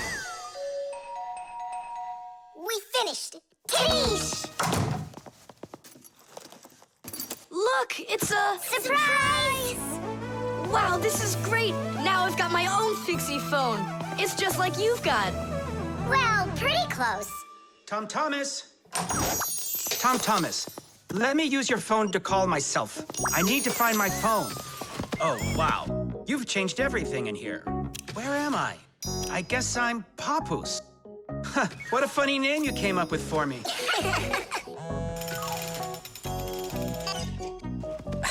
Nolik, just stop. I don't have time for your fooling around. What? Who is that? That's, not Nolik. Who is this? Do you know who I just called? Does anyone know who this phone belongs to out here? Oh, your mother found it. I'm coming. We'll fix those numbers later. Ugh, Papoose is gonna really give it to us. Give me your phone, Tom Thomas, and I'll delete all the Fixie's numbers from it. But how can I call you up then? Why would you have to call us? We're always close by. The gramophone. And that's a photograph of my mom when she was little. She sure looked happy, didn't she? Because parents were all happy when they were children. But then they grow up and start getting all gloomy and as boring as can be. Oh, what's this, do you know? A song about a screw? It's total nonsense. Nonsense? It's about a screw, which means it's practically about Fixies. Why don't we listen to it and find out? If it's good, we can all dance together. How do you listen to this thing? Like this? Why don't we try to use the player? We won't fit in there. Look, right here it says gramophone record. See? So we need to find a gramophone player. Find what? Let's go to Grandpus. Grandpus, we found a song about a screw we want to hear. We're looking for a player for a gramophone record. Ah, I understand. What you need is a gramophone. A gramophone is an old appliance that was made for playing back sound that was recorded onto records. If you want to turn on a gramophone, you need to turn the handle to wind up its spring. The spring makes the record spin. Then, a needle is placed on top of the record, and as it moves through the groove on the record, it shakes a little, which makes a diaphragm, a sort of mini drum skin, start to vibrate. The big horn of the gramophone then makes the sound louder, and we hear a voice or music. The most amazing thing is that a gramophone doesn't have an electric motor or any electronics. That's right. You don't need electricity for a gramophone to play back the sound that's recorded on a record. That's because a gramophone is an entirely mechanical wonder. If you want to know, there is a gramophone in the office of Tom Thomas's dad. It's on the desk. Great, let's go. Thanks would be nice.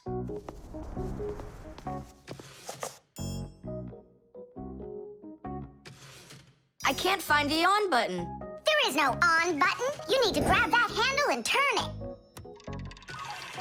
Now take that thing and put it down onto the record. It's not playing. Look, there's no needle in there.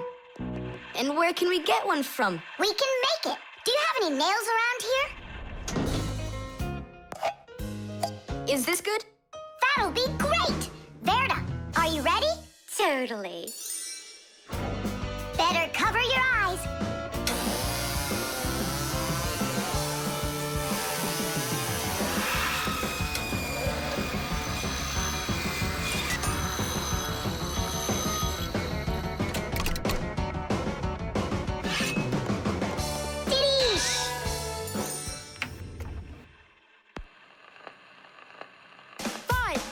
It's working, listen. A little screw went for a run, and now without this little part, everything just falls apart. If you think a screw is nothing, take it out, but just beware.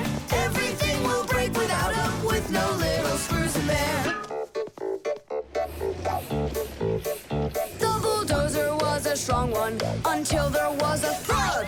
And then the mighty giant fell straight into the mud. 5, 4, 3, 2, 1, a little screw went for a run, and now without this little part, everything just falls apart. If you think a screw is nothing, take it out, but just beware. Everything will break without them, with no little screws in there. If you think a screw is nothing, take it out, but just beware. Everything will break without them, with no little screws in there. Tom Thomas, what's that music playing? It's a gramophone record. Gramophone? I thought it was broken. We fixed this old... not we. I fixed this thing. Really? What a wonderful boy I've got. Other kids are breaking things, and you fix them. What do you say we play that record once more? I used to love it so much when I was little. The mighty crane was working until there was a pop. And then the mighty giant gave out and lost its top. 5, 4, 3, 2, 1, a little screw went for a run. And now without this little part, everything just falls apart. If you think a screw is nothing, take it out, but just beware. Everything will break without them, with no little screws in there. If you think a screw is nothing, take it out, but just beware. Everything will break without them, with no little screws in there. Tom Thomas's mom really dances super. Yeah, she knows how to have a good time, even though she's a grown-up. If you think a screw is... The doorbell. Nolik! Nolik, what are you doing here? Just whistling a tune. Are you gonna whistle that tune the whole time Tom Thomas is away? He just left with his parents for a week, and we've got guests coming, remember? What guests? I invited everybody. The class? Yes, class.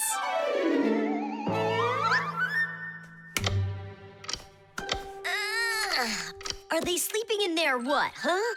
First they invite us, and now they don't want to let us in? I'll share the present with you then. Fire. Maybe you'll get it to work now.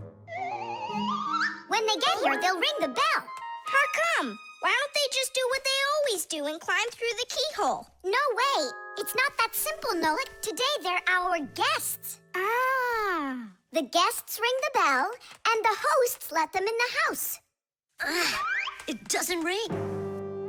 You think the doorbell's broken? I say we go fix it. Before we fix anything, we need to know what went wrong with it. First we'll fix it, and then we'll know what it was. Back in the olden days, people would hang a bell over their doors with a string, and guests would tug on it to make it ring. Today, doorbells are electric, and they make all sorts of different sounds. Some buzz, some ring, and some even chirp like birds. The sound comes from a box inside the house called a chime. To make the chime ring, you push a button that's located outside. The button works just like a light switch, but instead of turning on light, it turns on sound. Verda, will you join me? Whoop! I gotta think about this. Yeah. Simka! You think your guests are gonna come at all? Simka! Tula? Hey! The doorbell doesn't work. It must be broken. That's odd. We heard it ring this morning. Nolik, let's go. First, we'll examine the contacts. Yep, good and tight. Okay, let's check the speaker.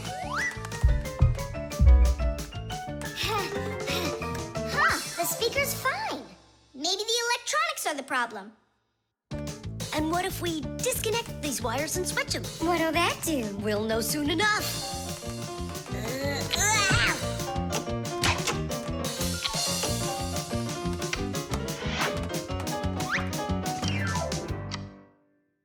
You know what? Why don't we connect the wires straight together? Isn't that dangerous? We'll find out. Don't worry, nothing happened yet. Fire. He's the engine of our class. He's the fastest, the nimblest, and the bravest. Fire never sits still for a second, and he's always looking for adventure. New ideas just burn in his head. And that's why his name is Fire. But not all of his ideas are very good, so he's constantly getting bumps and bruises. He just can't help getting carried away. If he's burning with an idea, he can even forget about his classes at school. Grandpus punishes him for that. But it doesn't seem to bother Fire, because some new plan will pop into his head the very next second.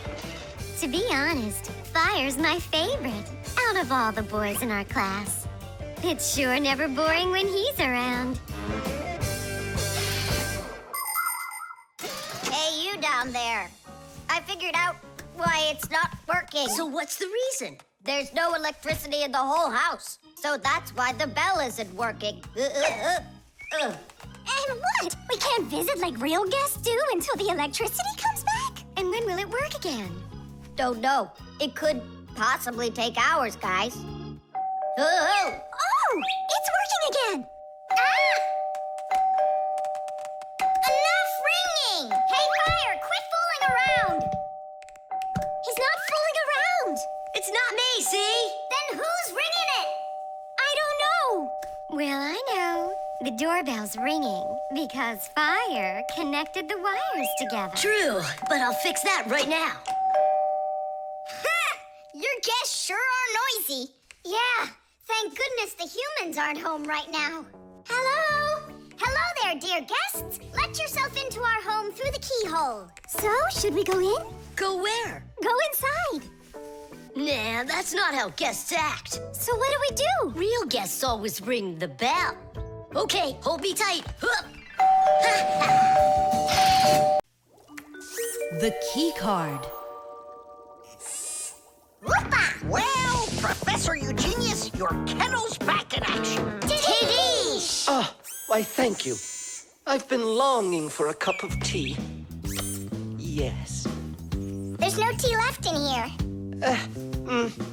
Then I'll go ask Lisa if she has some. Look! Professor Eugenius! You forgot the key! The key! Don't close the door! Simka, you must be joking. That's a key. This is nothing but a plastic card. But it is a key. A special kind. It's called a key card. To open up a combination lock, you need to enter a code in the correct order. That means if you can't remember the code, you can't open the lock. But if the lock uses a key card, there isn't any code to memorize because the code is held inside the card's memory, and the lock can read the code from the card. Of course, key cards don't work with any lock. They have to be smart locks that are able to read electronic codes. When the smart lock reads the correct code, it opens right up.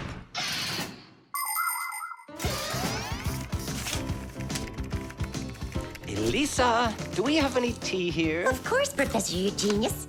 Wonderful. I'll take one bag then. Oh, I left my key inside the lab. Can Can I borrow yours? Just don't forget to give it back. Of course I'll give it back. Come on, Elisa. I got myself a tea bag. Professor Eugenius, the water's boiling. Fantastic. Ta-ra-ta-ta-ta-ta-ta. Ch-ch-chai. Wait a second. Oh no. I was supposed to give something back to Elisa. Why don't you go and ask her? Right. I'll be right back. Professor Eugenius! That's card number 2 now. Elisa, I promised you something, didn't I? Yes, the key. You said you'd return it. Yeah, sure. Let me get it. Just a sec. Oh, I locked it in the lab. It's terrible. How will you ever get back into the laboratory now? You see, there is one way, but it's a secret. Would you mind leaving for a couple of minutes? Colleague, Professor, can you do me a little favor? The key. I think I left it on the table. Yeah, right. It's true. So how do we solve this? I need to think about it. What's there to think about? We just have to go and push it under the door. You think you can do it? Yeah! It's time to get to work. Hey, what's going on? Oh, were you just calling for me? Yeah, no, Lisa, not for you. It's so heavy. Do you know where Digit ran off to? Ow! Digit's off somewhere thinking. He's always doing that when it's time to work. Hard to port. Hard to starboard. Way to go, Nolik. Then who were you talking to? Actually... Oh, what's that? Where? What? What was that? Come on, let's try again. Look, do you see that? It's telekinesis. It's the power to transport things with your mind. You are just astounding. Was that done with your mind, too? The door? Yeah, sure. You are a genius. Professor Eugenius is a very talented scientist and a dear old friend of the Fixies. He always helps the Fixies, and the Fixies are happy to help him too. Professor Eugenius let the Fixies set up their school right here at his laboratory. It's hard to imagine a better place for a Fixie school. People from all over the city bring all sorts of things to the laboratory to be tested, from computers, phones, and furniture to food and toys. Professor Eugenius uses his expertise to check the quality of all these different things. To help him carry out his experiment, his laboratory is filled with a variety of tools and machines. Yes, Professor Eugenius is a very smart man, but he can be absent-minded. Lucky for him, he's got us Fixies around. Thanks for everything. Sliding the keycard under the door? That was Simka's awesome idea. But the door opened wide while the card was still on the floor. That's strange. There's nothing strange about it. I'm the one who opened it. How? I climbed in the lock, that's all. Figured out how it worked, and Tadish. Very clever. That's a real Tadish. I guess that thinking before you go and fix something ought to be what we all study next. The antenna. Wow, is this cool or what? Hello there, little Fixies. Did you come to see what I'm working on? Professor Eugenius, tell us what you're planning on doing with this huge thing. Well, I hope to use this fantastic device to make contact with aliens. Since ancient times, people have wondered, is there life on other planets? What might aliens from outer space look like? And what kind of spaceships do they travel in? There are some people who say that they've seen alien spaceships and that they look like flying saucers. There are even some people who say they've actually made contact with aliens. But personally, I'm sure it's just their fantasy. And science hasn't been able to prove any of these stories either. The one story that makes me laugh harder than all of the rest comes from a guy who claims that he saw aliens with his own eyes. Can you believe it? He said that there was a group of tiny aliens that looked like humans with glowing hair. It seems to me that this guy just happened to spot a few Fixies who weren't able to hide from him in time.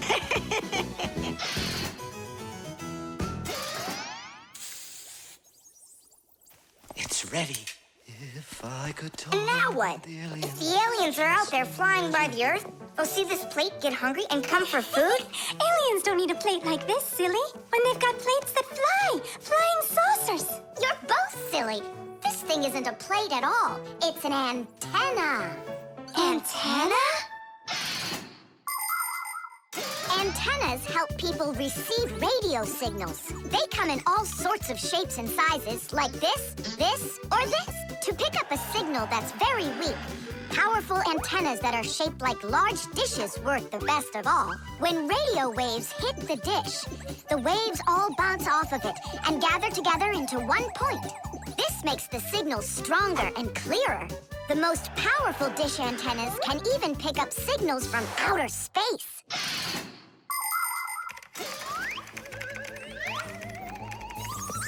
Nolik, stop! You'll burn yourself. Don't treat me like a baby boy, okay? Ah, interesting. I wonder what's inside of there. Do you know? Why don't we go and take a look?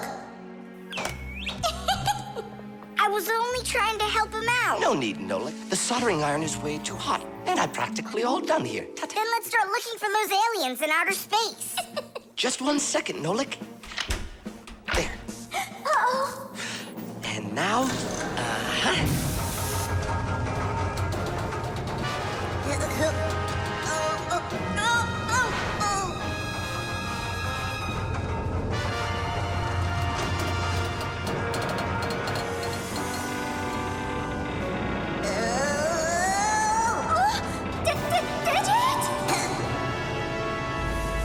Here we go.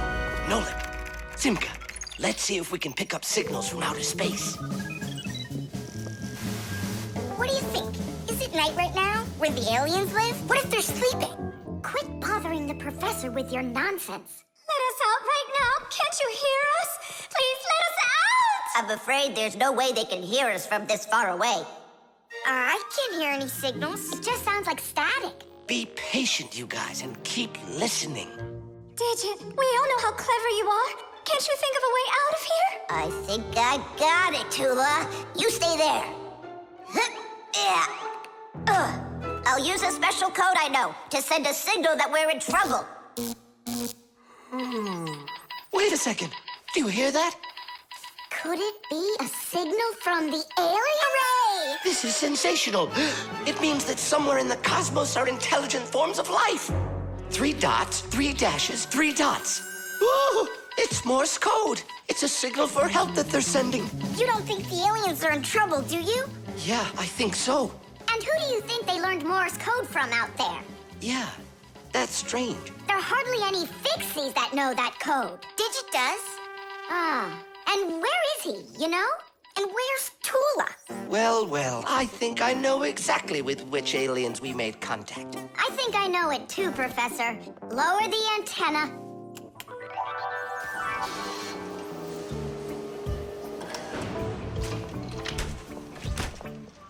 Greetings to you, oh extraterrestrial visitors. Hi there. It's good to be back. What a shame. I was really hoping that we'd find intelligent life forms out there. It's all right. At least we found 2 unintelligent ones. The chick. Ah, Professor Eugenius is making breakfast. Only the eggs will never get cooked at this temperature. What are you doing? You can't heat up these eggs to temperatures that are this hot. Why can't you? The chicks, you'll kill them. What chicks? Where? This appliance, do you even know what it is? I thought it was an egg cooker. You thought it was an egg cooker? Listen up. I do not want to see you around this thing. Not anywhere close. Got it? I won't get close to it. But Grandpus, we don't even know what this is for. It's called an incubator. To help her chicks hatch, a mother hen sits on her eggs for a long time, keeping them warm with the heat of her body. An incubator is a device for hatching chicks that is used in place of the mother hen. It's always nice and warm inside, just like under a chicken's wing, but not too hot. An incubator can even turn the eggs so they get just the right amount of heat all over. Chicks that are hatched in an incubator are no different from the chicks that are hatched without them. Fire! What? This thunderstorm is really scary. Let's be scared together. I'm not scared at all. Me neither. I was joking. Just joking with you. What do you think? Are the chicks scared in there? Holy moly! Wow, that was a big one. Even the electricity got turned off. The incubator turned off too. And the temperature is dropping. And for little chicks, is that bad? I'm sure it is. It's cold in here. These chicks need help, and Grandpus isn't around. Then we're gonna have to save these chicks without him. Nolik, get the door open. Help me. I can't. Grandpus said I can't get near the incubator, so try opening it yourself. I can't do it. And I can't help you. But the chicks are going to die of cold. Let's just do it. But don't you go and tattle to Grandpus. I promise. Hooray! It's a bit early for hooray.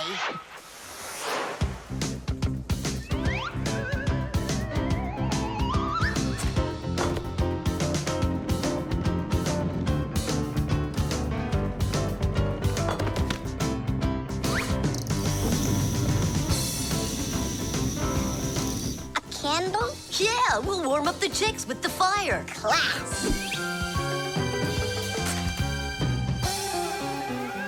Time for hooray? Now, yeah. Tadoosh! Like sparrows, ducks, storks, and ostriches, all birds lay eggs and sit on them to help them hatch. And it's not only birds. Other animals like snakes, crocodiles, and even turtles have babies that they hatch from eggs. To protect their children, they try to hide their eggs, like deep in the bushes, in the cracks of rocks, or in the sand. By the way, roe is also little eggs, just without the shells. From this fish roe, little hatchlings are born that will grow into big fish. And from tiny frog roe, tadpoles hatch that will then develop into full-grown adult frogs. And you've heard of dinosaurs, right? Well, those giant reptiles that lived millions of years ago, they also hatched out of eggs.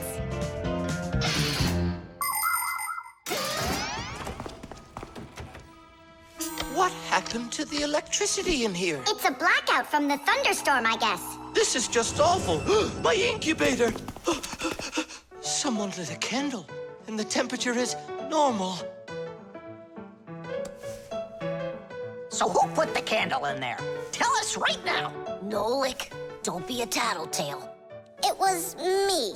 By yourself. By myself? Of course yourself. I wasn't allowed near it. Well, yeah, you wasn't allowed near it. All by yourself. Then well done. You saved the chicks. Our hero. So, Fire, follow his example. And you, Nolik, accept our heartfelt thanks. Look inside. They're starting to hatch. All right, Fire. Come take a look. Now I'm allowing you.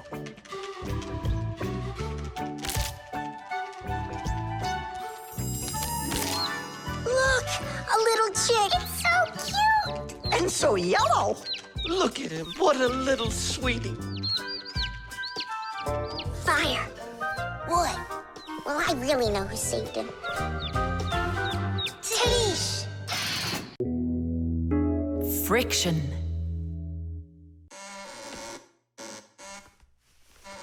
Oh, Tom Thomas, that door of yours squeaks terribly. Yeah, and it's not easy to open either.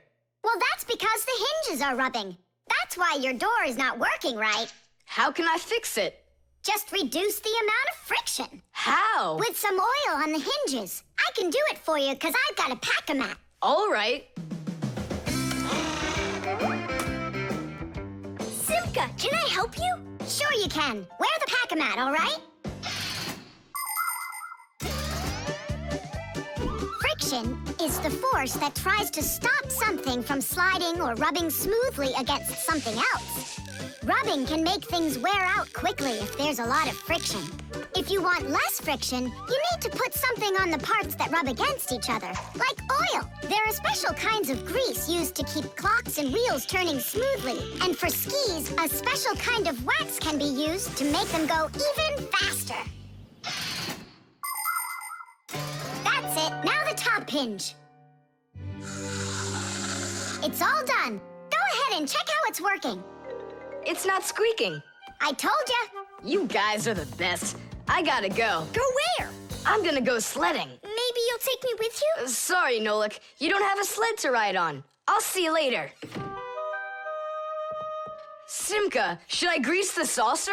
What for? It'll slide down the hill just the way it is. Ah, okay then. Wait here for me, Nolik. I'll be back real soon with a surprise for you. Yeah, oil slippery. I know what I'll do.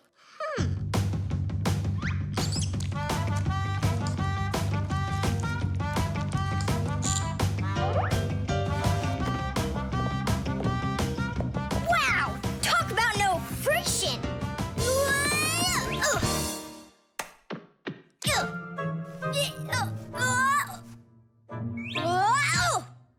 Hey, anyone? Help! Help! Simka! Nolik, are you all right?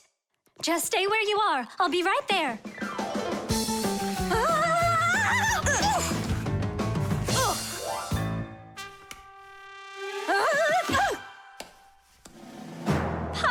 Papoose! Help us, please! Who called for me? Help is on the way! Hey, what are you up to? Grandpus, stay away from here! You'll fall over. Huh? What did you say? Stay where you are!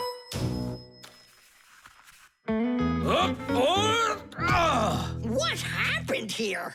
I poured some oil on the table Why'd you do that? to reduce friction. That's brilliant. Nobody move. I know exactly what to do.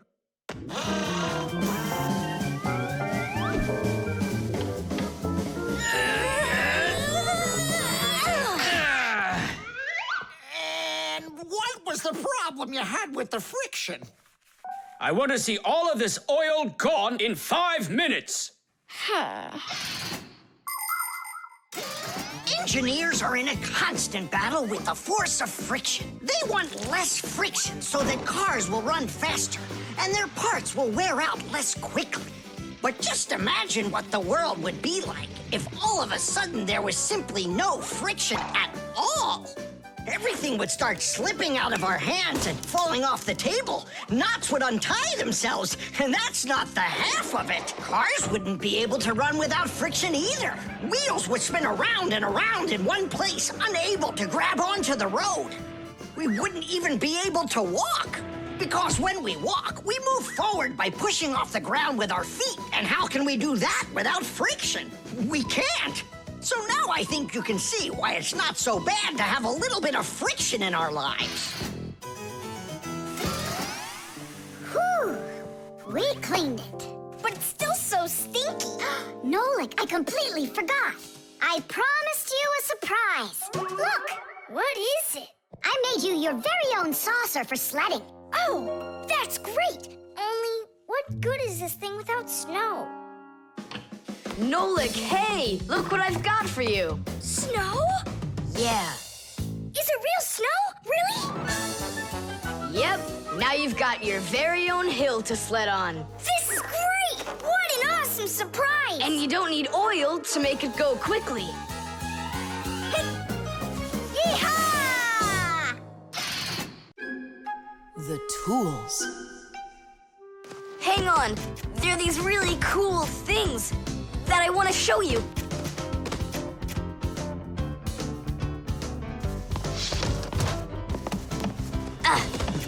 Whoa! Whoa, look how many things you got all at once. Your dad's gonna be so angry when he sees what you did with all of his tools. I'm gonna put them all right back where they were. And where were they? Open the box and you'll see. It's neat. There's a special place in there for each one of the tools. Try hammering in a nail or drilling a hole with your bare hands. There's no way. But with the help of the proper tools, it's a piece of cake. But of course, that's only if you know how to use them. Tools need proper care. If the head of a hammer is loose or a drill is dull, then you shouldn't work with them. It's dangerous. And when you're done working, put the tools back in their places, or you'll be tearing your house apart trying to find them the next time you need them. Huh.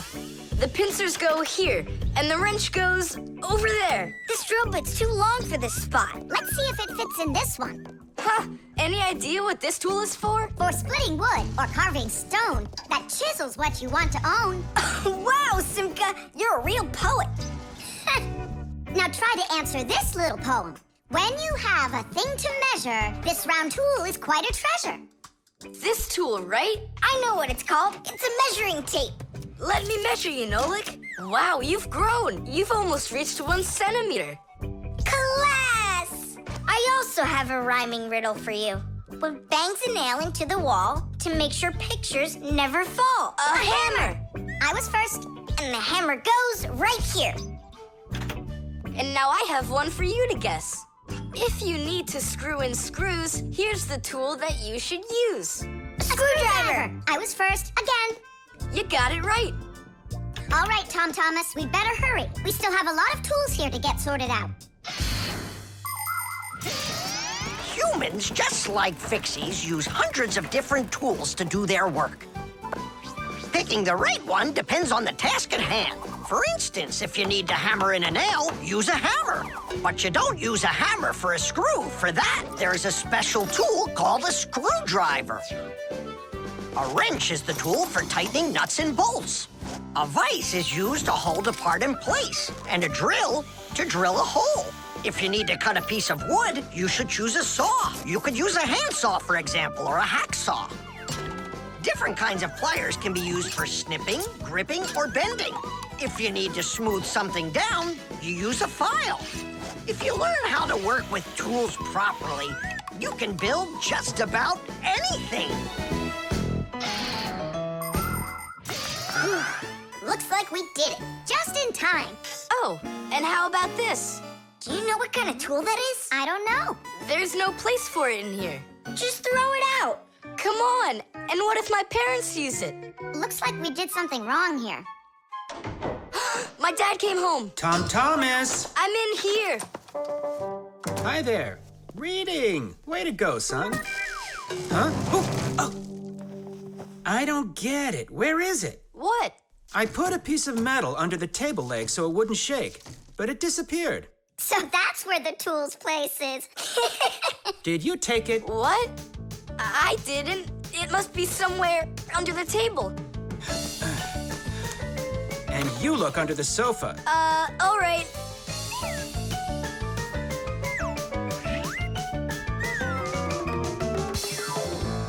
What do you think he wants? He wants us to get that metal thing out of his dad's box. Come on, let's go. You got it.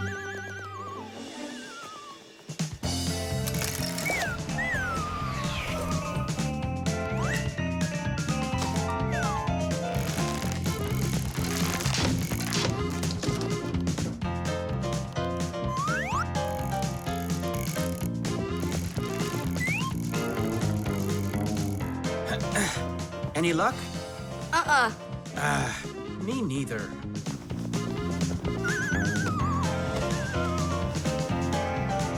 I found it, Dad. It was under the table, just like I told you. Huh. You were right. It's strange. How could I have missed it? Maybe you're just, tired from working too much. Maybe. Tadish. What?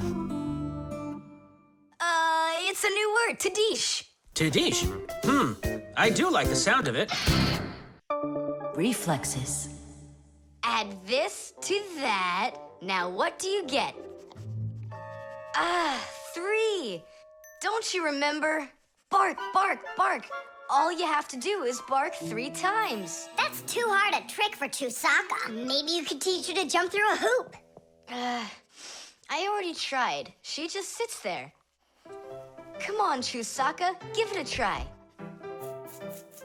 Try showing her this sugar. Chusaka. Alley-oop. Come on, jump. See you, Tom Thomas. It's time for us to go to school. See you later, animal tamer. Great job, Chusaka. Our lesson for today is on the subject of reflexes. I'll write it here for you. What's the lesson? Someone's late again. Ah, colleague, my glasses are gone. Are they here? They're right there on your forehead. Ooh, how about that? Forgive me for interrupting. Let's continue our class. And so... Thanks so much. So you turned into screws again. Does anyone know why that is? Because we have to hide ourselves from humans. But you don't have to hide yourself from Professor Eugenius. But we didn't know it was him at the door. Right you are. You had already transformed before you had time to think. And that's what we call a reflex. To explain it in simple words, a reflex is when our body reacts to something automatically without needing any time at all to think about it. When we touch something very hot, we instantly jerk our hand back. When we're about to fall, we swing our arms and legs to try to keep our balance. Just imagine what would happen if we started thinking how and in which direction to move them. So it's fair to say that our reflexes help to protect us.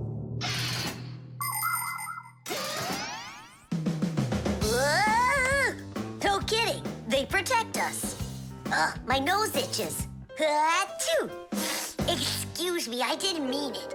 Professor, sneeze. Is that also a reflex? It most certainly is one. Fire didn't want to, but then his nose tickled and achoo. Bless you, too. Thank you. And do dogs also have reflexes? Of course dogs have reflexes. All animals do. Yeah. It's something all good animal trainers know. They use the animals' reflexes to teach them tricks.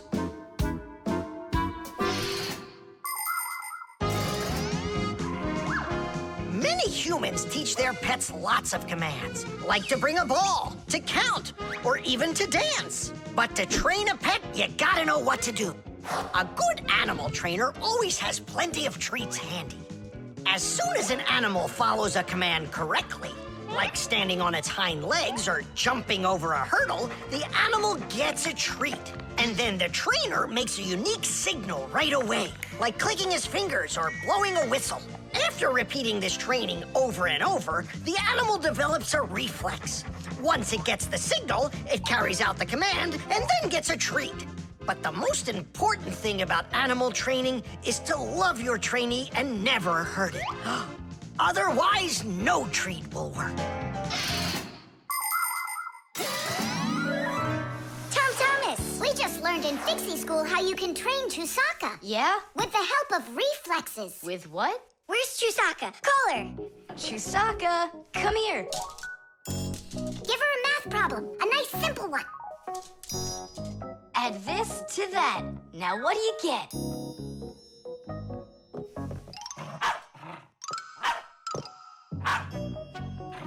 It's a miracle! 3!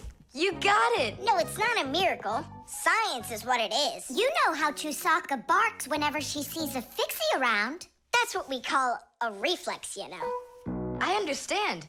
And do you know how I can teach her jumping?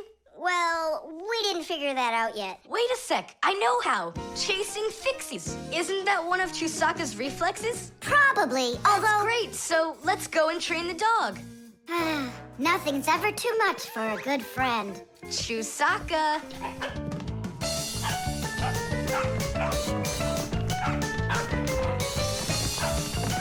It's pretty tough work being a dog trainer.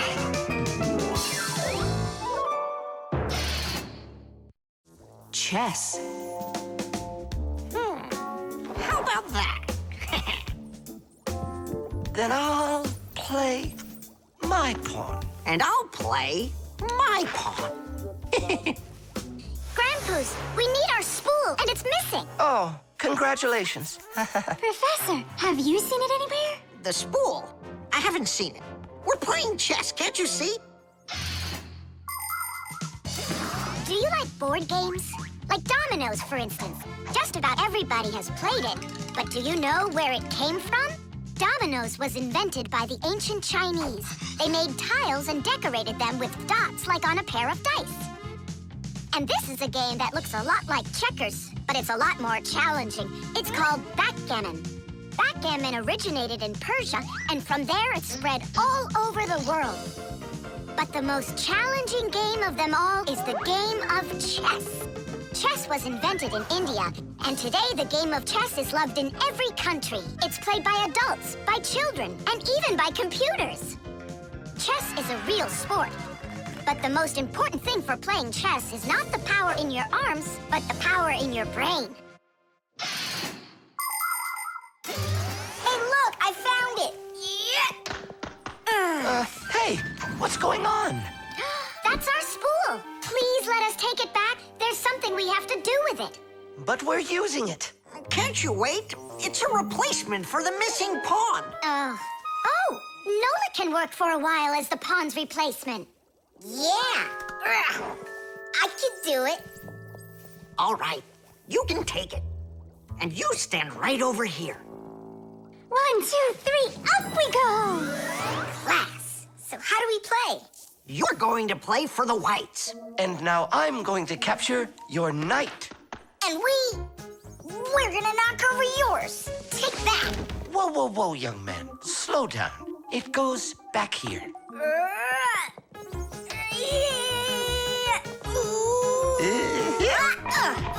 Nolik, get back to your square. What for? Pawns don't move like that. Then how do they move? Only one square per move and only forward. Of all of the pieces, the little pawn is the weakest. What a mess. So which one's strongest, huh? This, it's the queen. She's the most dangerous threat to the other king. Aw, how come I couldn't be queen? Then that black king would have to deal with me. Oh, yes.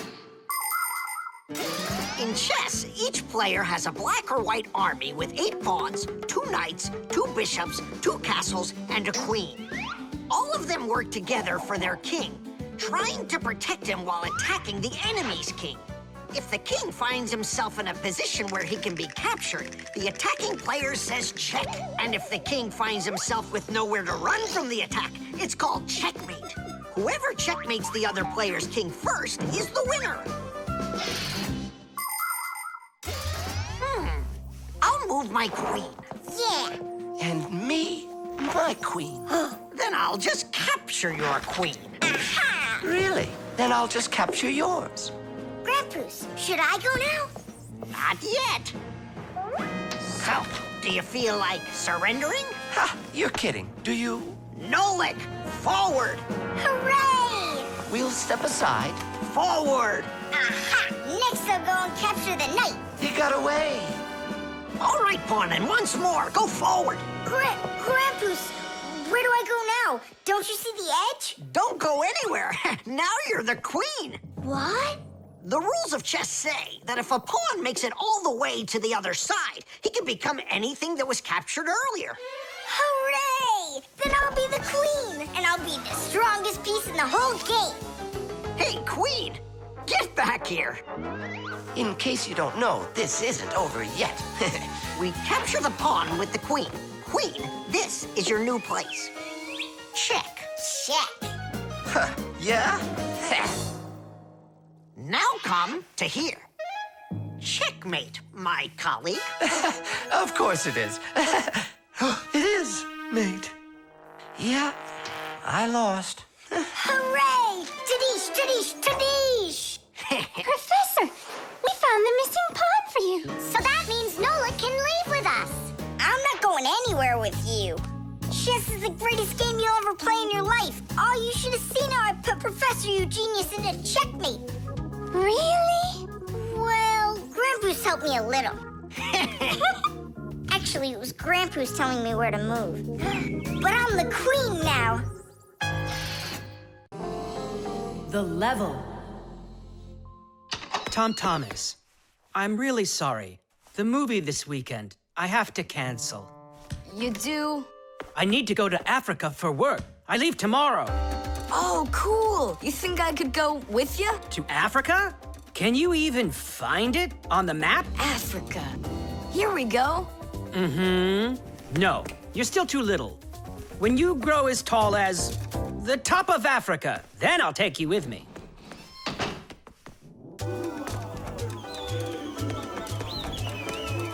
Here, there,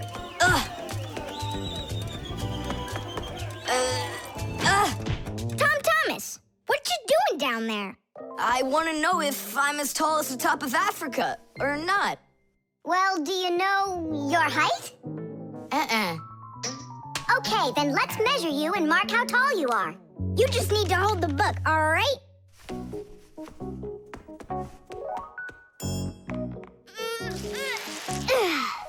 Simka, how do we measure what's higher? The top of Africa or this line over here?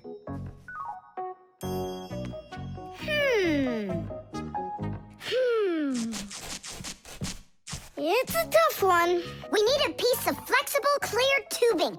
Oh, I can get it for you. I know where it is. And we'll build a simple tool to find out the answer. It's called a water level.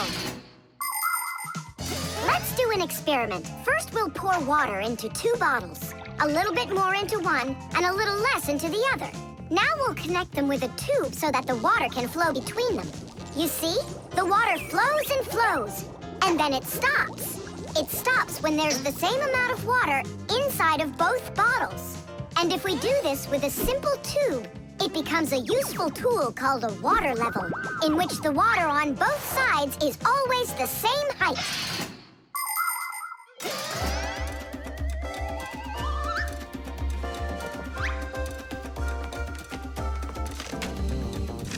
I'm gonna watch the water level on this end, all right? Be careful how you lift it, or the water can get out. Nolik, what's going on? The water inside the tube is even with the line. There you go, Tom Thomas. Where the water is right now is how tall you are. And? Well, it looks like Tom Thomas isn't quite tall enough for Africa. What if we hold the tube a little higher? You can try if you want, but the water's gonna stay where it is. See? The water level on your side always stays the same as on the other side. I'm not getting that tall for a while yet. And what if we just lower the map a little? That wouldn't be honest. But it would be clever. There are a lot of great proverbs, but my favorite one is measure twice, cut once. And to measure things right, you need measuring tools. The simplest one is a ruler. With its help, we can find out the length of an object. A watch can tell us how much time has passed. A speedometer shows us how fast we are moving, like in a car or on a bike. An electric meter keeps track of how much electricity we are using. A decibel meter can tell us who is screaming or stomping louder. And a beam compass is used to accurately measure the size of a coin or a hole. We couldn't get by without wonderful tools like these. If we didn't measure the things we are building carefully, everything around us would just come loose and fall apart. Uh-oh. Dad! Dad! Look, Dad. That's strange. Looks like you are a little taller. Does that mean you'll take me with you? Yeah. Are you ready? Yay! But everyone who goes to Africa has to get vaccinated. You're okay with that, aren't you? I need vaccinations to go? Are you sure? Yeah, there's one against malaria, tsetse fly, crocodile bites. Altogether, there are 10 shots. 10 shots? Yeah, 10. Oh. Dad, you know, I was joking. After you left the room, I moved the map down. Okay, I see. And I was joking about all those shots you need. What? You mean you don't need to get shots? You gotta, just not 10. So how many? 9 of them. There's no vaccination anywhere to stop a crocodile from biting you. Batteries.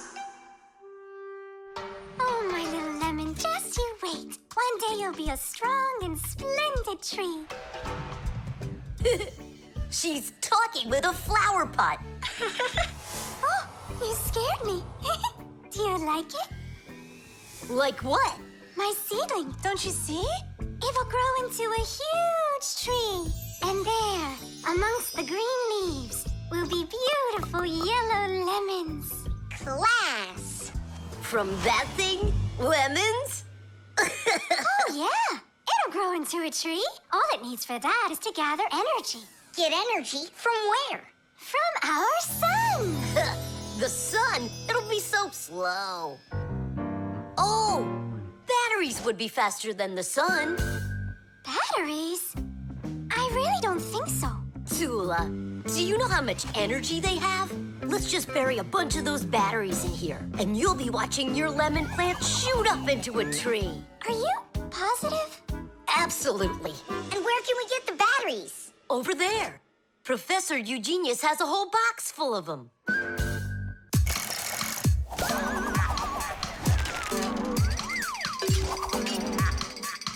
Batteries, batteries. We use them every day and need them by the ton. Batteries, batteries. They give power to appliances so they can run.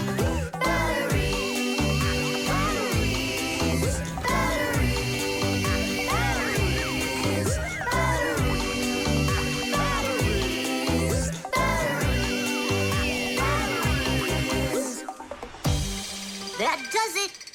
We'll be seeing the first lemons before the week's over. The first battery in the world was made in Italy more than 200 years ago.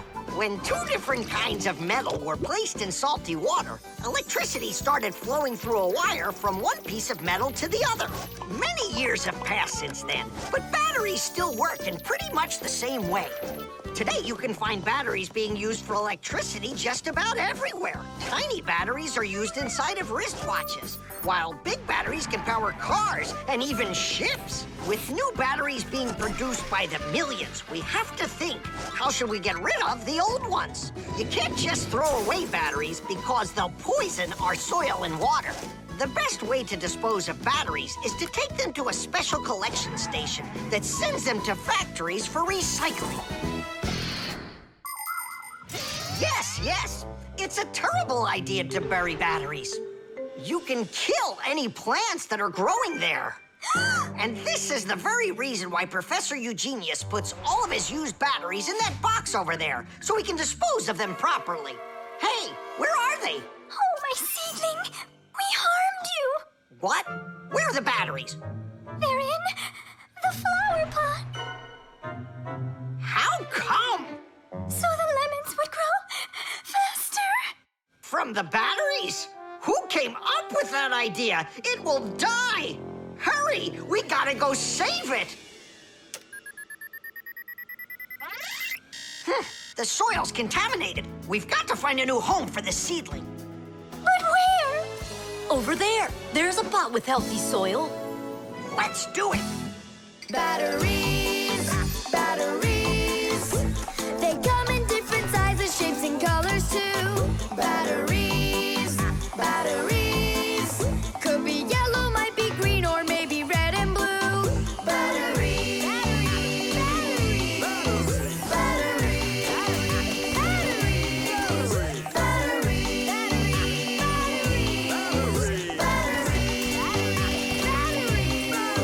batteries,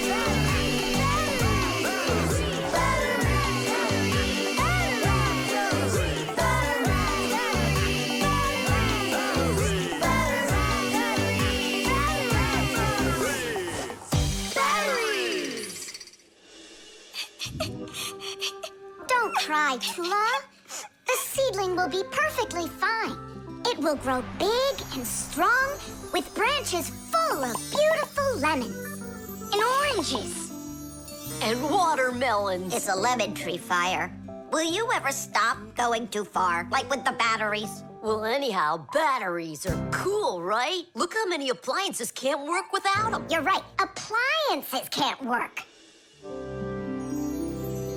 Look, the seedling's coming back to life. It really is. Tula, tell us, isn't it splendid?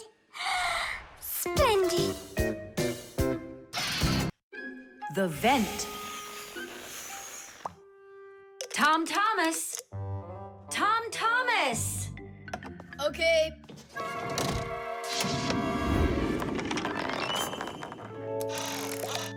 Simka, Tula, check it out. It's pretty, isn't it? Oh, splendid. It's nothing but a trinket. It's completely useless. Useless? Look how well it matches my hair clip. Useful things are the kinds of things you truly need. For instance, like this rope ladder I've got. It's splendid. And where do you plan on climbing with this thing? Now, this mirror here is both useful and pretty. Oh, how splendid. Tula, you say everything is splendid. Well, here's something super splendid that I bet you don't have. Oh, what is it? It's a mechanical super claw. It must be just perfect for scratching your back.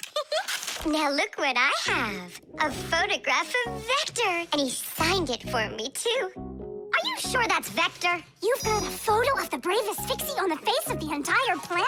Yeah, and the most beautiful. Is it him for sure? No way. Let me take a look.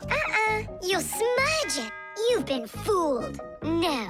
Yes. Jealous? You are. My photo! Oh, no! What was that? A draft. This is completely your fault. It's not my fault. It's your fault for bragging so much. Please, girls, stop fighting. Let's go find it.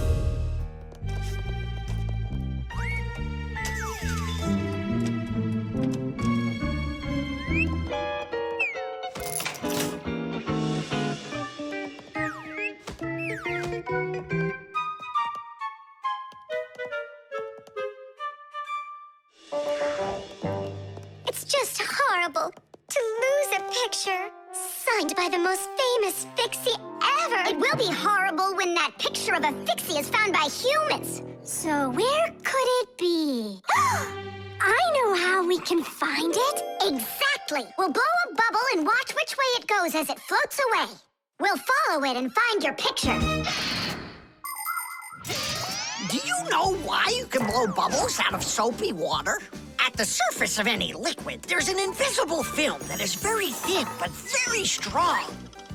If you want to see it for yourself, fill up a glass with water all the way to the very top. Now you need to take a coin and carefully drop it into the water sideways. Then drop in another coin, and another, and another. You'll see that the water doesn't pour out, but rises up and forms a hump. That's because the water at the top sticks together.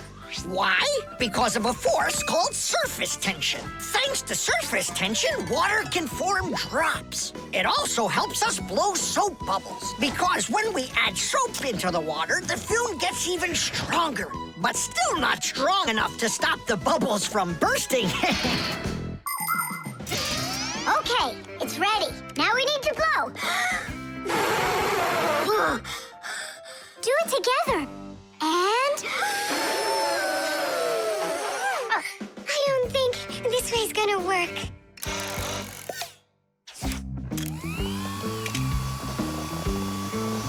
Look, it's flying! We did it! The vent! Of course! Why didn't I think of that before? Have you ever seen holes in the bathroom or kitchen that are covered with grids? Well, those are called vents. And behind the vent is a long pipe called an air duct. Unpleasant odors and musty air can be forced into the ducts and sent out of the house. And if you want that old, stale air to leave the house even faster, open a window and let in some of the fresh air from outside. Keep the air in your home as fresh as it can be. Hey, take a look! It got stuck over there! Get it before it flies away! How can we grab it? What do you mean? Don't you remember what I've got? Titties! Thank you, Simka. What would we ever have done without your mechanical claw and your fantastic ladder? Then here you go, a present for you. Oh, thanks, it's just great. And I want gonna give you this. Oh, gee, it's just splendid. Simka, are you here?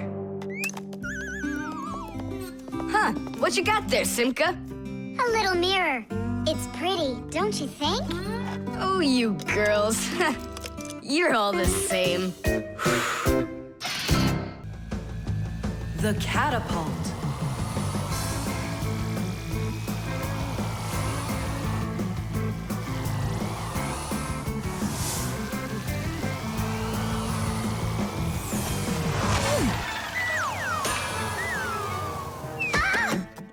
What was that, huh? Strange. Tom Thomas isn't here. There's no way these toy soldiers could have shot it themselves. Now that was a good shot. It wasn't real long, and not high either. And off target. It was pretty awful. It was good, but awful. I got it. So what do we do? We need to raise it up a little higher. Hey, Fire, Nolik, why in the world would you shoot at a Fixie?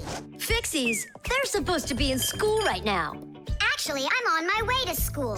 How about you, Fire? Why aren't you in class? Because there it's totally boring. But here, look at what a cool shooter we found. Ha! What did you call it? You've got no idea what this is. It's called a catapult, guys. A cat with gold eyes? It isn't a cat with gold eyes. It's a catapult, guys. Catapults are ancient propulsion machines. They were used to shoot stones, heavy arrows, or barrels with burning tar. The main part of a catapult is a special piece of rope. It is twisted very, very tightly like a spring. The rope is then wrapped around a big spoon. And then, if you pull the spoon back, put a stone in it, and let it go, the catapult fires a shot. Ooh, and the stone flies far, far away. Uh-huh. All right, so here we go. Ha! Came up short. What do you mean short? What are you aiming at? You'll see. The spoon needs to go further back. Just a little. Guys, you're gonna break the glass. Nolik, now push.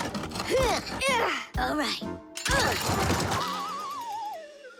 Yes, right on target. Now let's fly out into space. Wait, what space? What kind of flying? Who's gonna fly?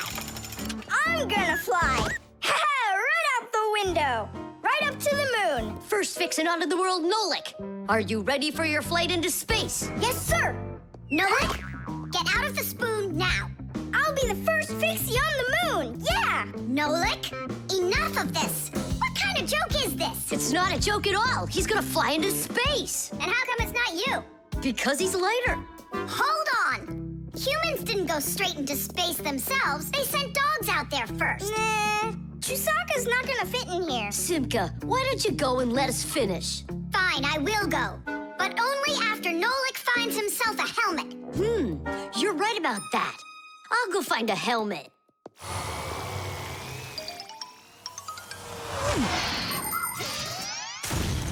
The catapult was invented in ancient times, but people still use them today. Only now, instead of launching stones, catapults are used to launch jet airplanes. You see, the runway on an aircraft carrier is quite short, so catapults are used to help the planes move fast enough to take off. Catapults can also be used to save the life of a pilot. When an airplane has an accident, a catapult activates in the cabin. The pilot is shot into the sky and comes back to the ground with a parachute. A plain old slingshot is also a kind of catapult. It's just a very little one. But be careful with this toy. It can be dangerous to others and to you too. As for us Fixies, the only time that we use catapults is on a peaceful mission. Habus, hurry! Our Nolik's getting shot to the moon with a catapult. What? And if I meet new Fixies up there, what should I say to them? Hi there. And you can ask them to launch you back. So? Let's do it! Fire! Launch it! Stop! Don't! Simka! Nolik! I'm not getting out!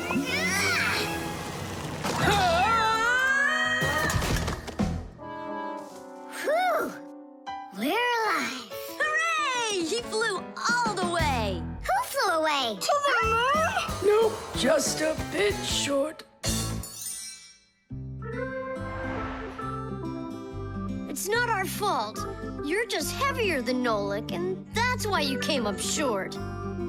Papoose, maybe we can try one more time. What?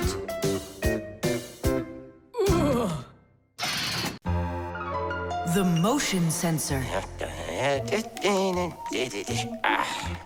This part has to be replaced with one that's new. I've got an idea. How about we run to the warehouse and get it? 'Cause you don't have time to go there. And that way you can keep on working.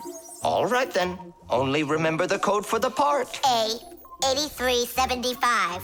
I'll remember it for sure.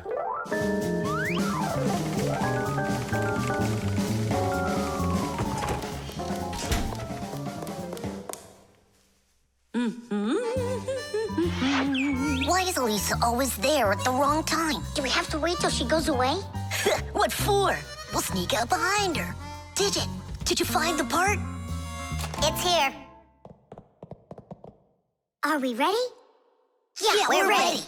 Let's do it.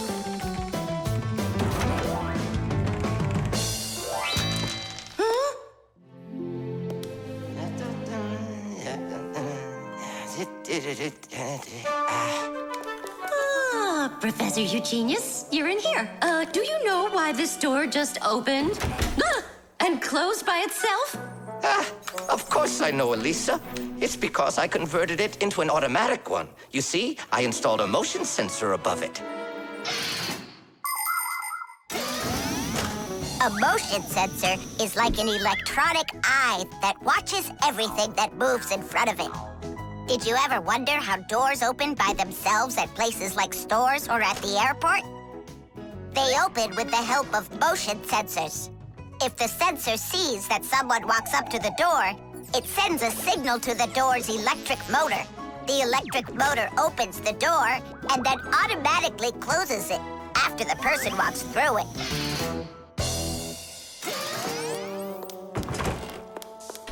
That man is just astounding. Only a bit untidy. The door is automatic now? Then why didn't it open for us on the way here? 'Cause we're too little for that motion sensor. But the part's bigger than we are. Big enough for the sensor to see it. Then how do we get in there? We can fool that thing if we stay close by the wall. Now let's keep this as close to the wall as we can.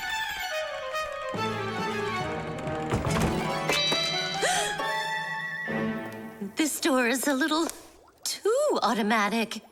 And these parts are here again. Didn't I put them away?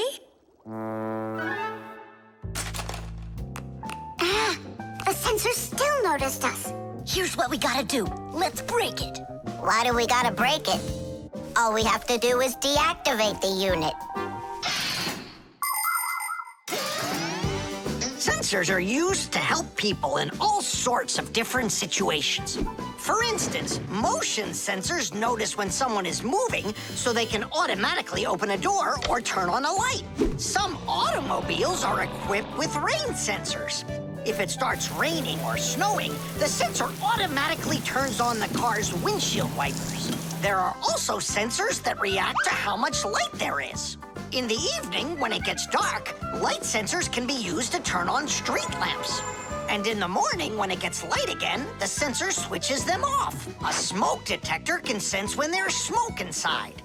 The sensor can be used to turn on a fire alarm or even an automatic fire extinguishing system.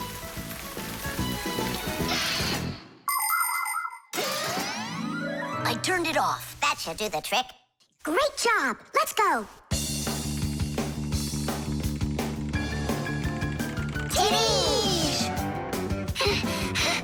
Professor Eugenius, mission accomplished. Well done, Fixies. Actually, not that well. This part here is A7583. Uh-huh. And I asked for A8375.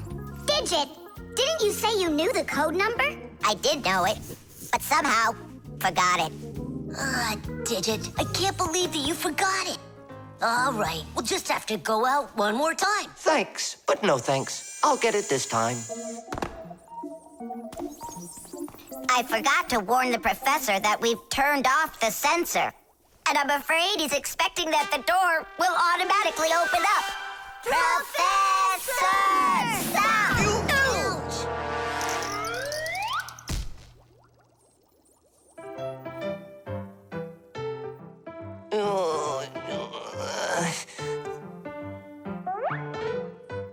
Forgive us, we didn't mean it. The dog. It's about me. Fixies? It's Chusaka. It sounds like she's angry with us. I wish I knew what that mad dog was thinking about. I'm thinking about you. You better hide or people will see you. I'm leaving. See you later. It's going to rain. Chusaka, I have no time to play right now. I'm not playing. His feet are gonna get soaked. Tom Thomas, I'm off. Don't be late. Chusaka, that's enough. No, I need to go to school. He's got his math class today and he's leaving his math book. I'm trying to serve like a good dog, but no one understands me. Dogs have been serving people since ancient times, along with cows, horses, chickens, and other domestic animals. But of all of these animals, the dog was the very first. In the beginning, domesticated dogs looked like wolves. Over time, they started changing and were developed into dogs of many different breeds, from big shepherds to tiny chihuahuas. So a dog is not only a human's best friend, but his very first friend as well. What is that smell?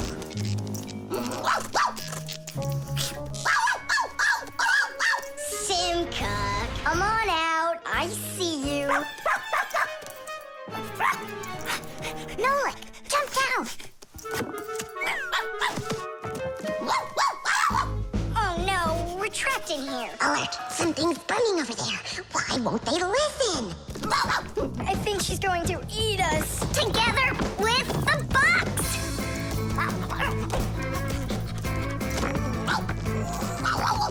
We're done for. Oh. Come on, look! The outlet is sparking. Oh no, something must have broken in there. Are we going to fix it? Kids should never touch outlets, and you know it too. It's forbidden. Then how do we fix it? Go find Papus, and I'll stay here and wait for you. But where's Papus? I know where he is. I don't know what she's barking about, but I think Chusaka wants to help us. Then come on, Chusaka, help us. Woo!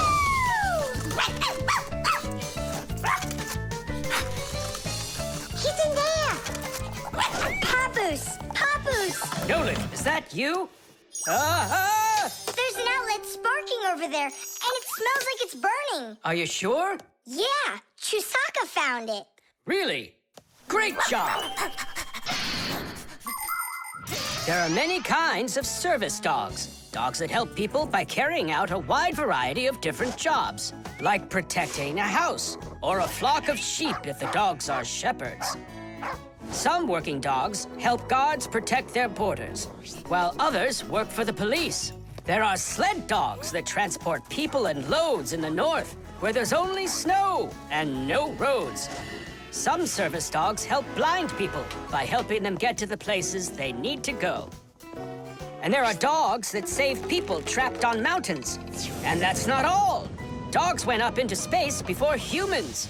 But don't think that dogs are just given these jobs. Oh no, like humans, dogs study for a long time before they're allowed to take on serious work.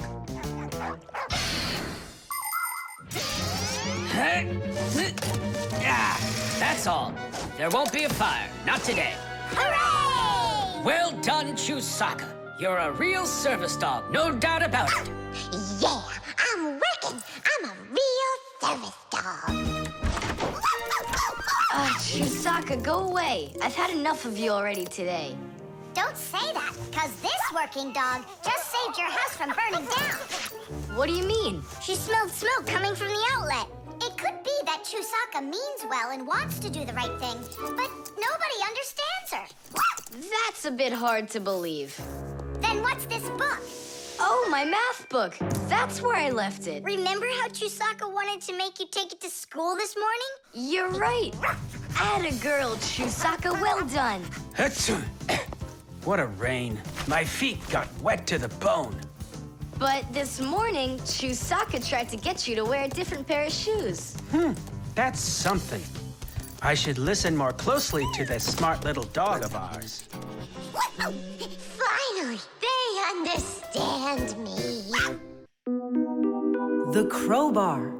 Everything's fine here, too. I wish something would break for a change. It's already been a week and nothing's broken in here. Stop worrying.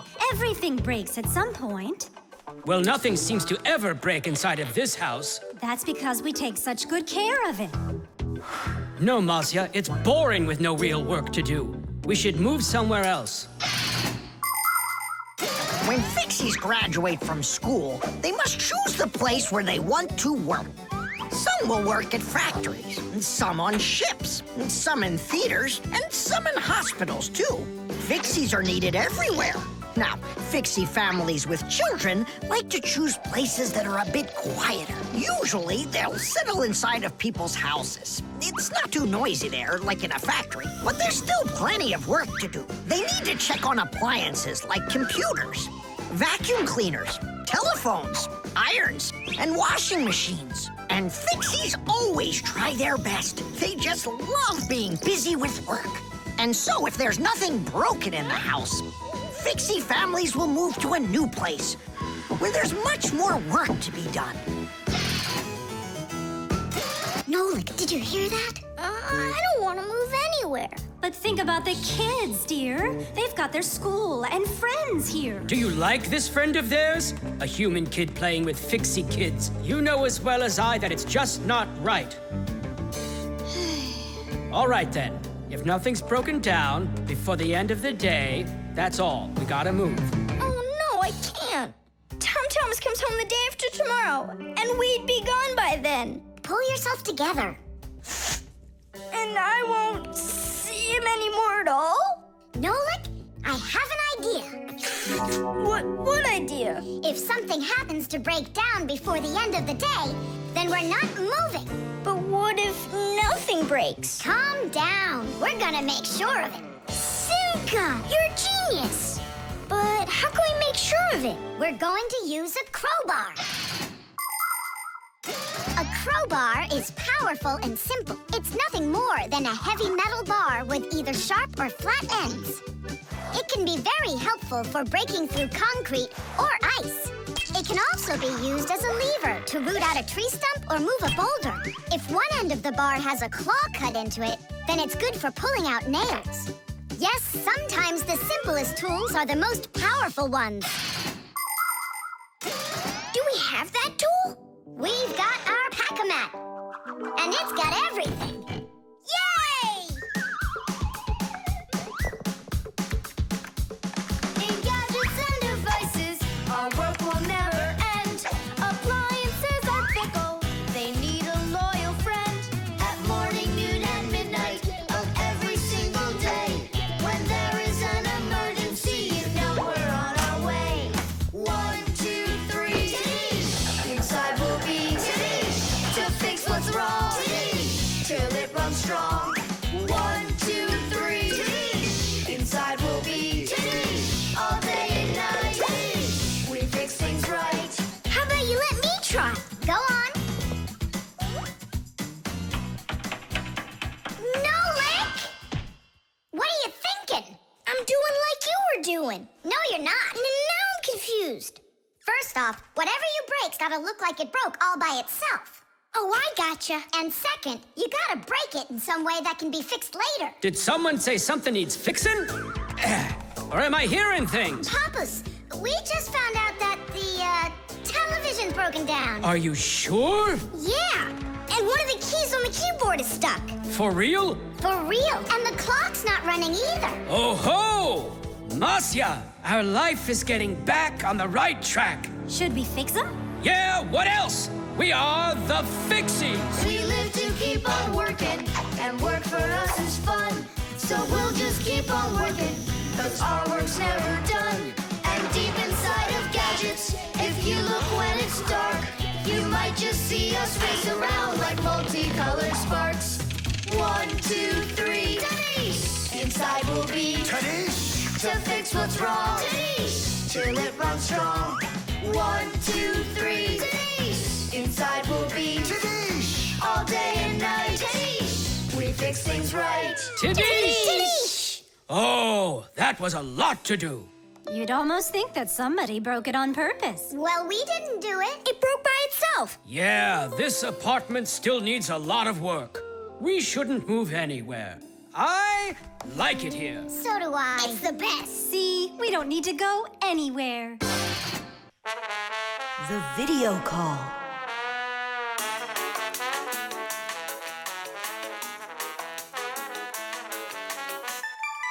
Turn on the camera right away. It's me, Simka.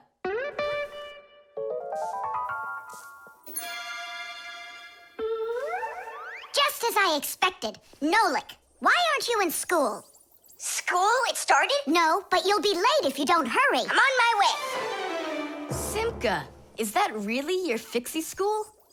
Well, actually, it's the laboratory where Professor Eugenius works at. He lets us have our school here. Who's that, Simka? Look. Is that the professor? Where? Oh, come on, Tom Thomas. That's the manipulator. Who? Not who, what? It's a mechanical arm. For real? Oh, please show me some of the other things you've got. But how can I show you? Come on, with the camera. Computers and tablets are able to connect with one another through the internet. That's why you can talk to another person on your computer like you're talking on the phone. And if the computer has a video camera, then it's possible to send not only sound through the internet, but video as well. That's why it's called a video call. With video calls, it's possible to talk to your friends, to see them, and to show them all the things you can see yourself. All right, take a look. Over here we have chemistry equipment. And over here... Hey, Tom Thomas. It's good to see you. Wow, you flew there so fast. Nolik, get out of the way. You're blocking the view of the lab. I am not blocking the view. Stop it! Go away! You go away. Tom Thomas, what are you watching? Is it time to turn into screws? Too late. He already spotted us. It's just a cartoon about these funny little guys. Can I watch with you? Nah, it's boring, Dad, and I've already seen it. Next, that blue guy, he starts jumping. Watch. Now what? I say run. Start jumping. Make it cartoony. Now that redheaded character will sing. Watch. La la la la la la la la la. Then she starts dancing. La la la la la la la la.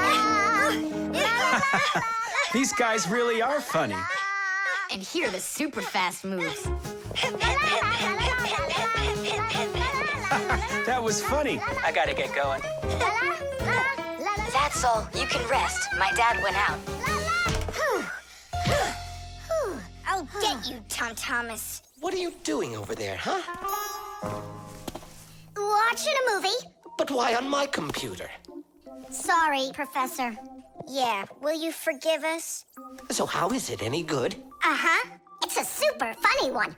Really? Yeah. You see that boy there? He's gonna start waving his arms around like a maniac. He also crows like a chicken. Cock-a-doodle-doo! And now the boy's gonna go in and chew paper.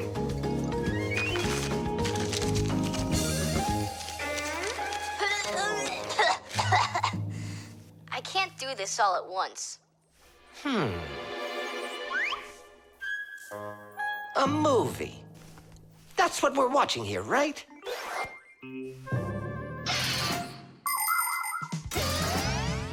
People have always been interested in seeing what's going on outside of where they are.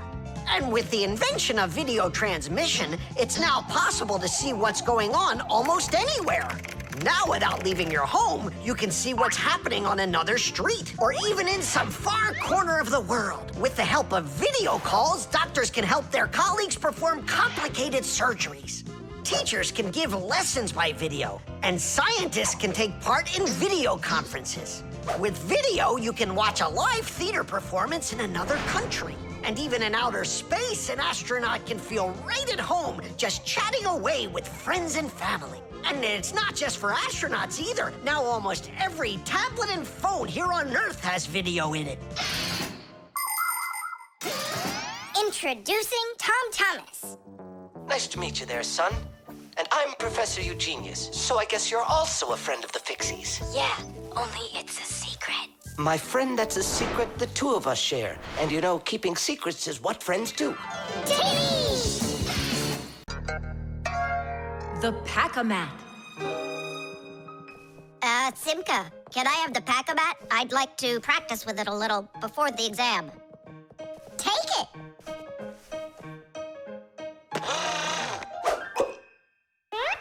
You're really good with that thing.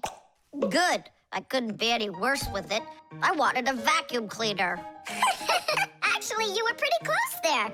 You did manage to get the hose at least. This is not at all funny. In order to get a tool out of a Pac-Man, a Fixie must not only press the button on his chest, but he must also clearly picture exactly the tool he needs. By the time they are adults, this is easy for Fixies to do. But while they're children, they must study hard to master this important skill. As Fixies learn about new tools, they take exams to prove they know how they work.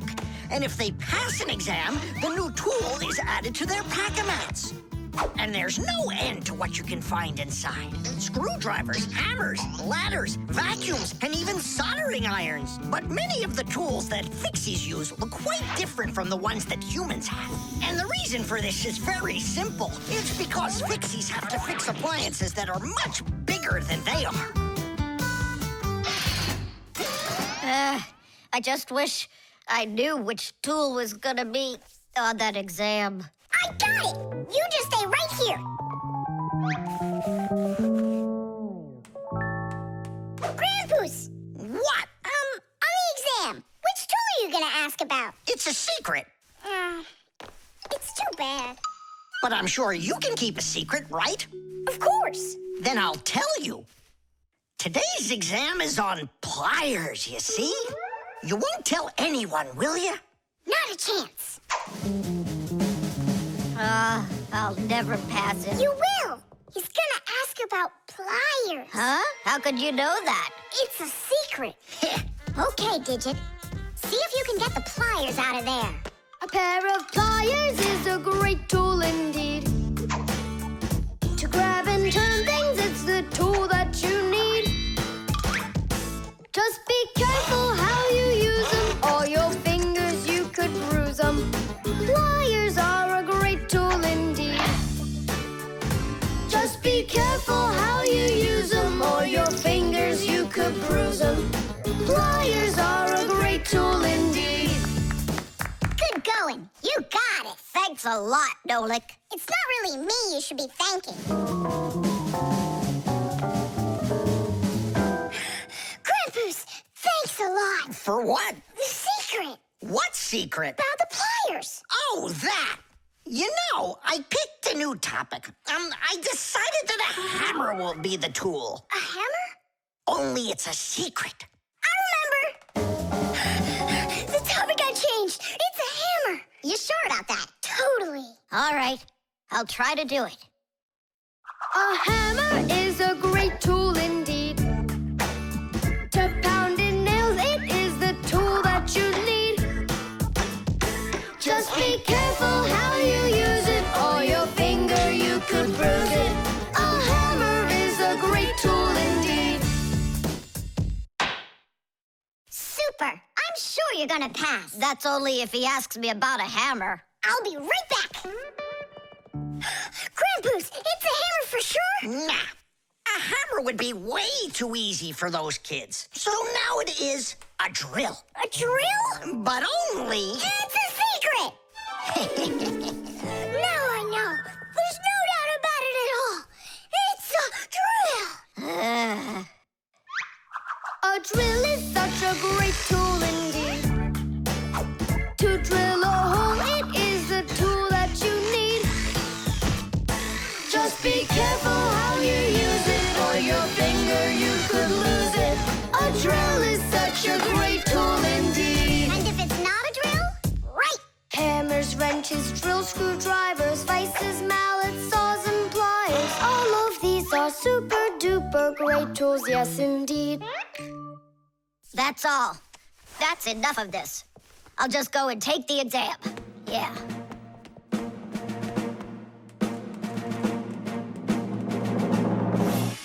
Digit, come on in. Professor, well, what do you want to ask me on today's exam? Nothing, you already passed. What? You mean you're not going to ask me anything at all? No need. You're excellent at getting tools out of a pack-a-mat. But how could you know that?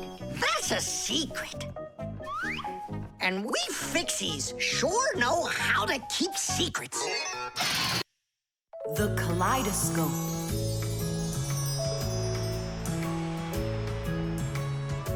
Tom Thomas, when are you gonna give me a peek at your new ball? I just can't wait. I told you, you can see it as soon as I hang it up. You're not peeking, are you? No, I'm not.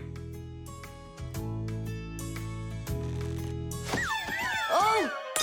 So can I look at it now? Sure, take a look. Which one? This one. You broke it. It's okay. Don't be sad.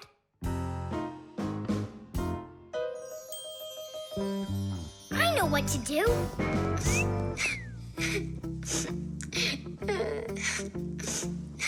Tom Thomas, look inside the kaleidoscope. What for? I looked already. Come on, there's something in there I'm sure you've never seen. Whoa. Cool, isn't it? What is it? It's my own invention, a pirate kaleidoscope.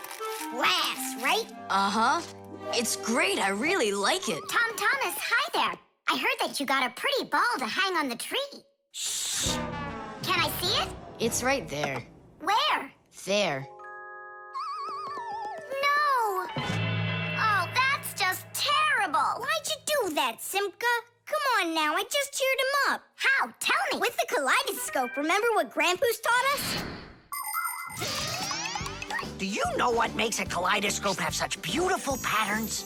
Ah, it's because pieces of multicolored glass are tumbling around in there.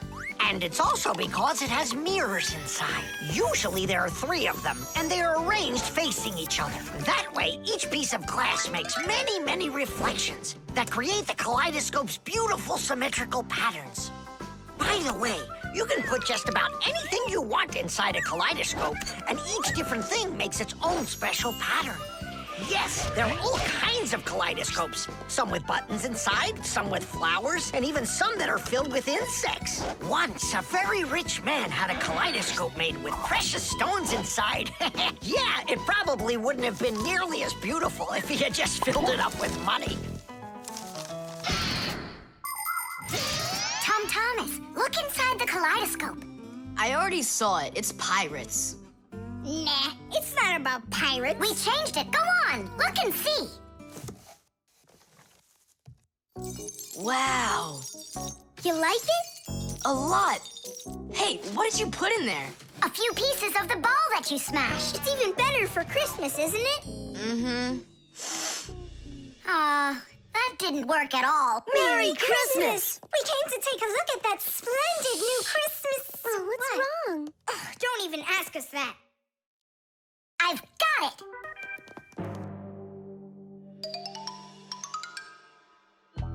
Tom Thomas! What? Look inside the kaleidoscope! Again? I don't want to. And I'm telling you, you've got to. Fine. Cool, yeah. Merry Christmas! Thanks so much. Now don't you feel good again? Yeah. It's really something. And you're the first human in the world that's ever seen it. How about that? Turn it! It's great, isn't it? Wondrous designs that tickle the eye in the kaleidoscope. Shimmering scenes, gingerbread trees in the kaleidoscope. Magical flowers just blooming with light, petals that glisten and gleam. Kaleidoscope, kaleidoscope, a crack to the world of dreams. Kaleidoscope, kaleidoscope, a crack to the world of dreams.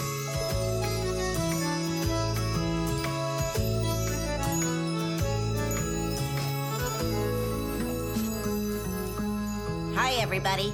Tom Thomas, I came to look for myself at that beautiful Christmas. It's okay. What's more important? Having such awesome friends?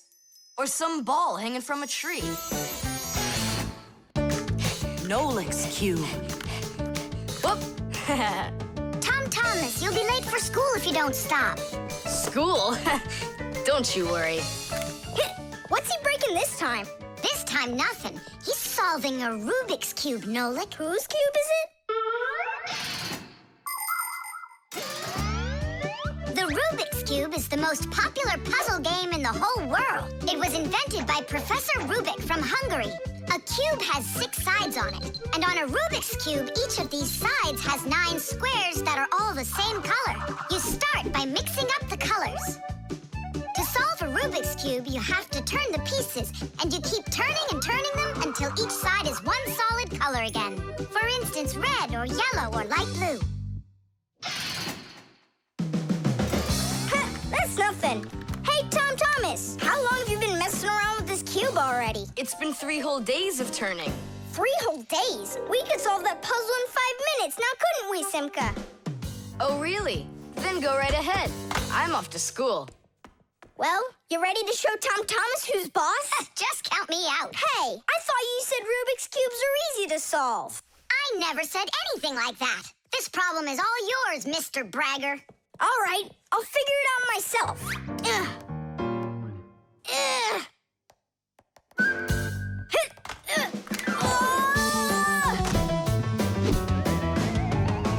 Hey, Nolik, looks like you've got a problem.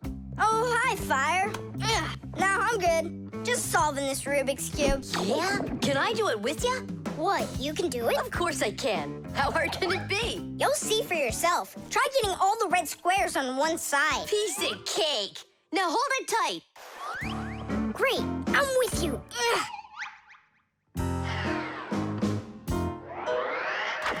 Whoa!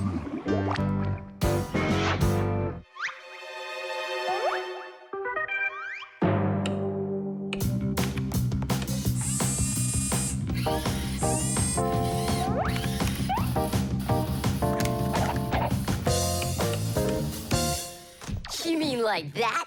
Class. And what about this side?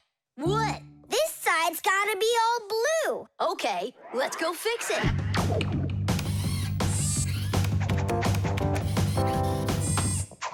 There, like you wanted. Now what happened to the red side? Huh? Simka was telling me that on each side there has to be one color. Oh, like Simka'd be able to do this? Simka can do it all. Well, if Simka can, then I can too.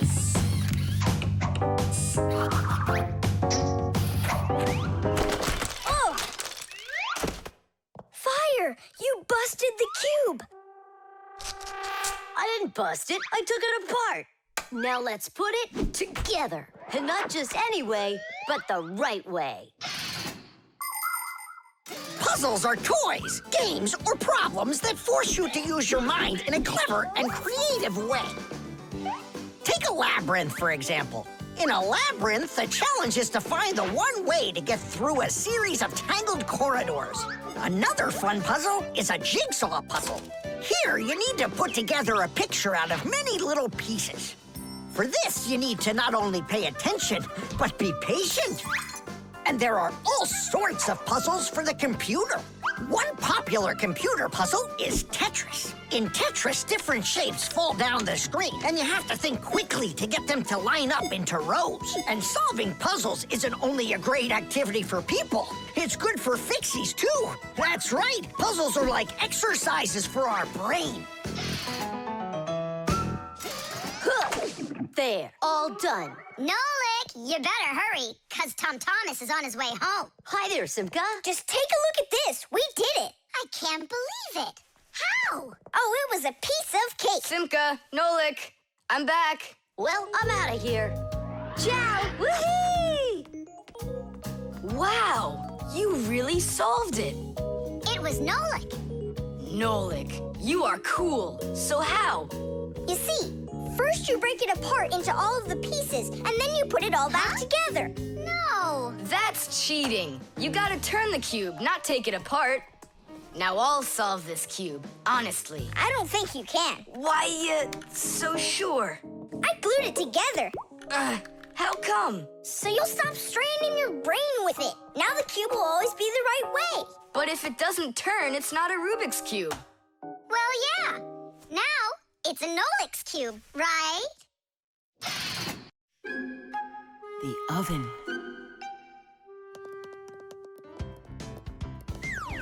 Now here he is, our death-defying acrobat. Nolik, don't! I'm not Nolik, I'm an acrobat.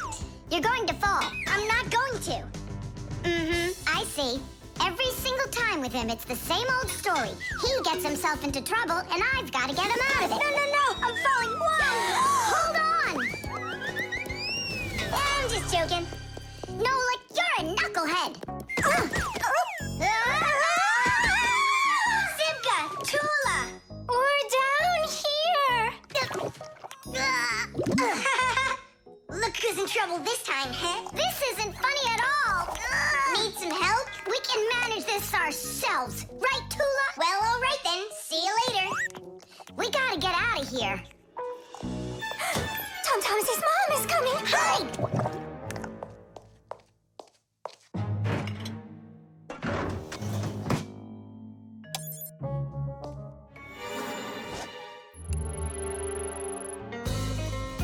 Hi, Tom Thomas.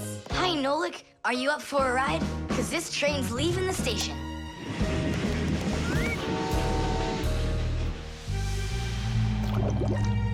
Nice place. It's the oven. It's beautiful in here and not hot at all. Splendid. It isn't hot right now because it only started warming up. An oven is a cabinet with a heater. It can get so hot inside that it'll roast whatever's in there. As a matter of fact, that's what ovens are for. People roast meat inside of them and bake things too. Some ovens burn gas for heat and others use electricity. They have special electric coils that get red hot and heat everything that's inside the oven. So be careful around ovens. A hot oven can burn you very badly.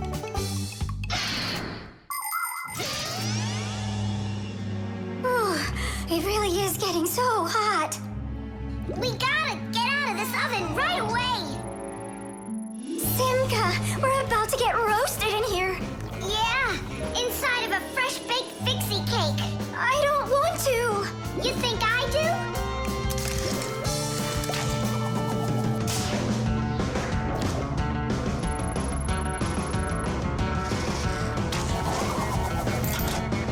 Here, grab on tight. This way.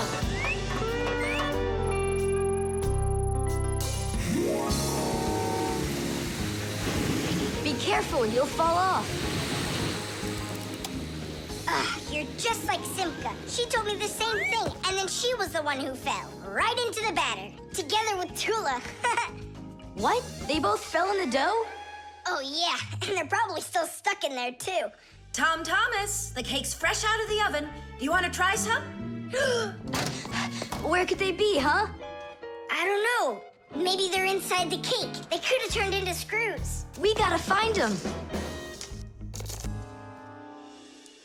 Hey, what are you doing? Eat. Stop playing. Hey, watch out. You could break your teeth. The first ovens in ancient homes were nothing more than simple fire pits where people cooked on hot coals. Later on, the stove was invented. Every house had a stove made out of stone, clay, or cast iron. People would burn wood or coal in them. These stoves produced enough heat to make soup or bake a cake. And then in the 19th century, the gas stove was invented. Gas stoves are much more practical than wood-burning stoves. 1 second and the gas is burning. A few more minutes and the water's boiling. They're very convenient, but they can also be dangerous because if the pipes aren't in good condition, there can be an explosion. Today, there are also stoves and ovens that run with electricity. They use electric heating elements for frying, boiling, or baking foods without fire at all.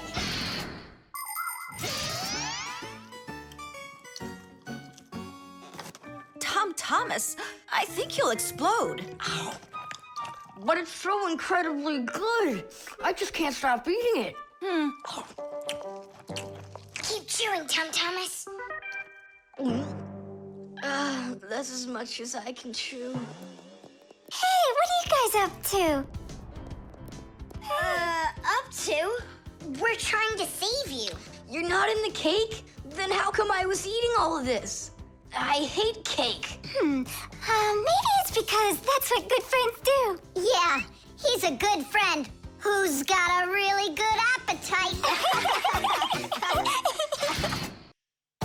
The baby monitor.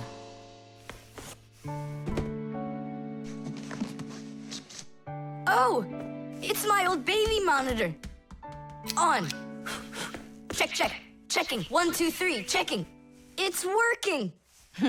Why don't we give it to the Johnsons? They just had a baby the other day. This is mine, and I'm planning on using it. Aren't you a little too big for it? No, I'm not big at all. Well, I didn't realize that you're still a little boy. And a greedy one at that. They're never gonna notice this. Hey, Fixies, are you here? We're here now. Why did you call us? I gotta show you how I turned into a mind reader. I find that just a little hard to believe. Okay, then I'll show you. I'll leave you alone, and then you'll hide this button wherever you want. Then I'll come back and find it. You got it. So where's a good hiding place? Well, we gotta think of one. Right here, under the keyboard. Great! Go on, Nolik. Come on in. We're ready for you. And now, I'm going to read your thoughts. Here I go. You hit the button here. Look!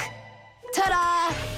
He really does read minds. Oh, that was a lucky guess. Bet you can't do it again. Well, I bet you I can. We're gonna have to be sneakier. Verda, she's the most beautiful girl in our class. She knows it, too, and doesn't hesitate to use it. She can even be a bit sneaky, like when she needs help with her homework. Then Digit suddenly becomes her best friend. But if she doesn't want to carry her pack-a-mat, she'll say, "Fire, please help me. You're just such a strong Fixie." But all us boys like her just the same. Digit does, and Nolik does, and I guess I do, too. Although, I really like Simka more. Or maybe Verda. Or both of them. I haven't decided yet. Verda can be difficult and even bossy sometimes. But one thing I know for sure, Verda's a good friend. A friend that'll always come help. Well, that is if she's able to pry herself away from the mirror. I think that we should throw it down into this pencil cup. But then we concentrate on another place. That is good, but it won't work, Fixies. Come on in.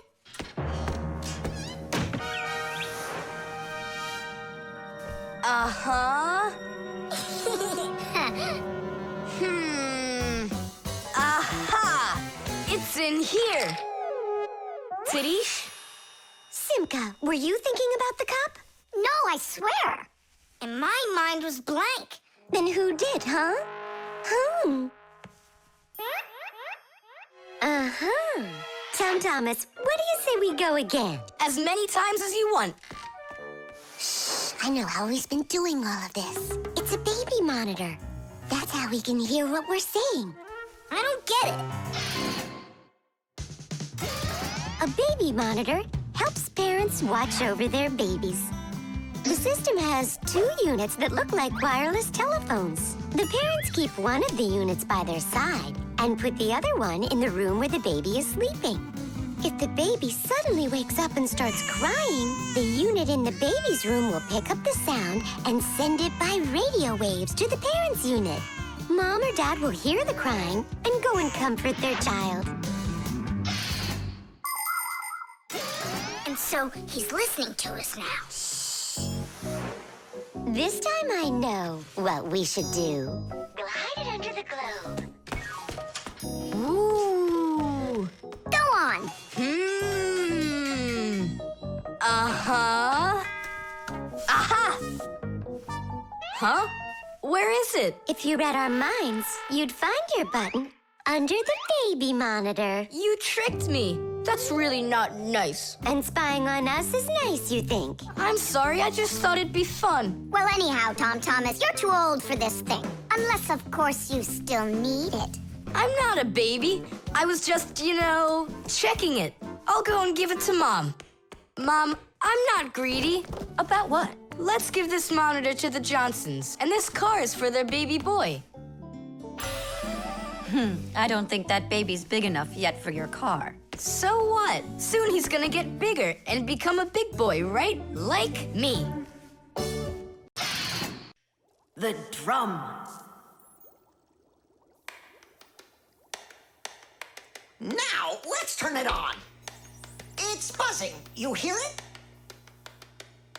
I would love to. But the only thing I can hear is Nolik's banging. Nolik, what are you doing? I'm rehearsing my solo. Nolik's the drummer in our rock band. Didn't you know that? Why don't you go and rehearse somewhere else if you wouldn't mind? Yeah, all right. I just can't work like this. Nolik, stop it, please. Oh, my head is just splitting. Professor Eugenius, will you come to the laboratory? There's something very strange in there. What? I'm hearing some kind of awful sounds. You are? I think it's a ghost. Back from the dead. Don't you worry about ghosts, Lisa. I'll check what it is. So it's you making the racket. What? I'm just rehearsing. Well, what is it? Don't worry, it's just a piece of equipment rattling. You know what you should do? You should go and practice back at home, my young friend. It's not very hard to make a drum. One way to make it is to take an empty barrel and replace its bottom with a skin made of leather or plastic. If the skin is stretched tightly, the sound can get very bright and loud. Really big drums are usually played with percussion mallets or beaters, while smaller drums can be played with sticks or with bare hands. Instruments that make sounds by being shaken, scraped, or beaten are all called percussion instruments. There are lots of different percussion instruments, like the small hand drums that are called bongos, big shakers with handles called maracas, cymbals made out of metal. Now those really make a lot of noise. And there's tambourines, ratchets, and even spoons. That's right! People can make music using spoons as a percussion instrument. Tom Thomas, do you think I could practice my drumming here? Yeah, go ahead. I've just got some homework to do. I can do that, and better than you can, too. And what if I play like this, huh? Then I'll go like that, or like that. Ever since I had decided that a drummer's what I want to be,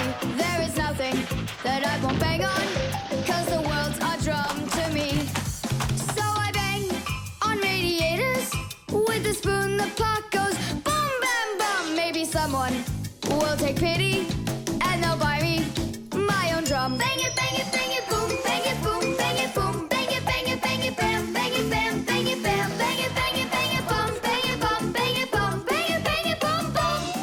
Bang the drum. Bang the drum. Both my father and my mother wish I play a violin instead. I don't want to. I'm a drummer, but I can drum that in their heads. So I bang on radiators with a spoon. The puck goes boom, bam, bum. Maybe someday they will get it and they'll buy me my own drum. Bang it, boom, bang it, boom, bang it, boom, bang it, bam, bang it, bam, bang it, bam, bang it, bum, bang it, bum, bang it, bum, bang it, bum, bum. Bang the drum. Bang it, boom, bang it, boom, bang it, boom, bang it, bam, bang it, bam, bang it, bam, bang it, bum, bang it, bum, bang it, bum, bang it, bum. Bang the drum. Tom Thomas, let's take a break. But I'm not done. Keep going, Nolik. This is fun. Maybe it's fun for you. Bang the drum. Stop, that's enough. Bang the drum. And now, let's turn it off. Can you hear that? It stopped buzzing. It did. Hey, everybody, it's Nolik. Yo, what's up? So, our noisy ghost is back. I thought you were practicing at home now. Tom Thomas is drumming there. I had to run away. Well, our excursion is over. And now I would just be so happy to listen to your rock group.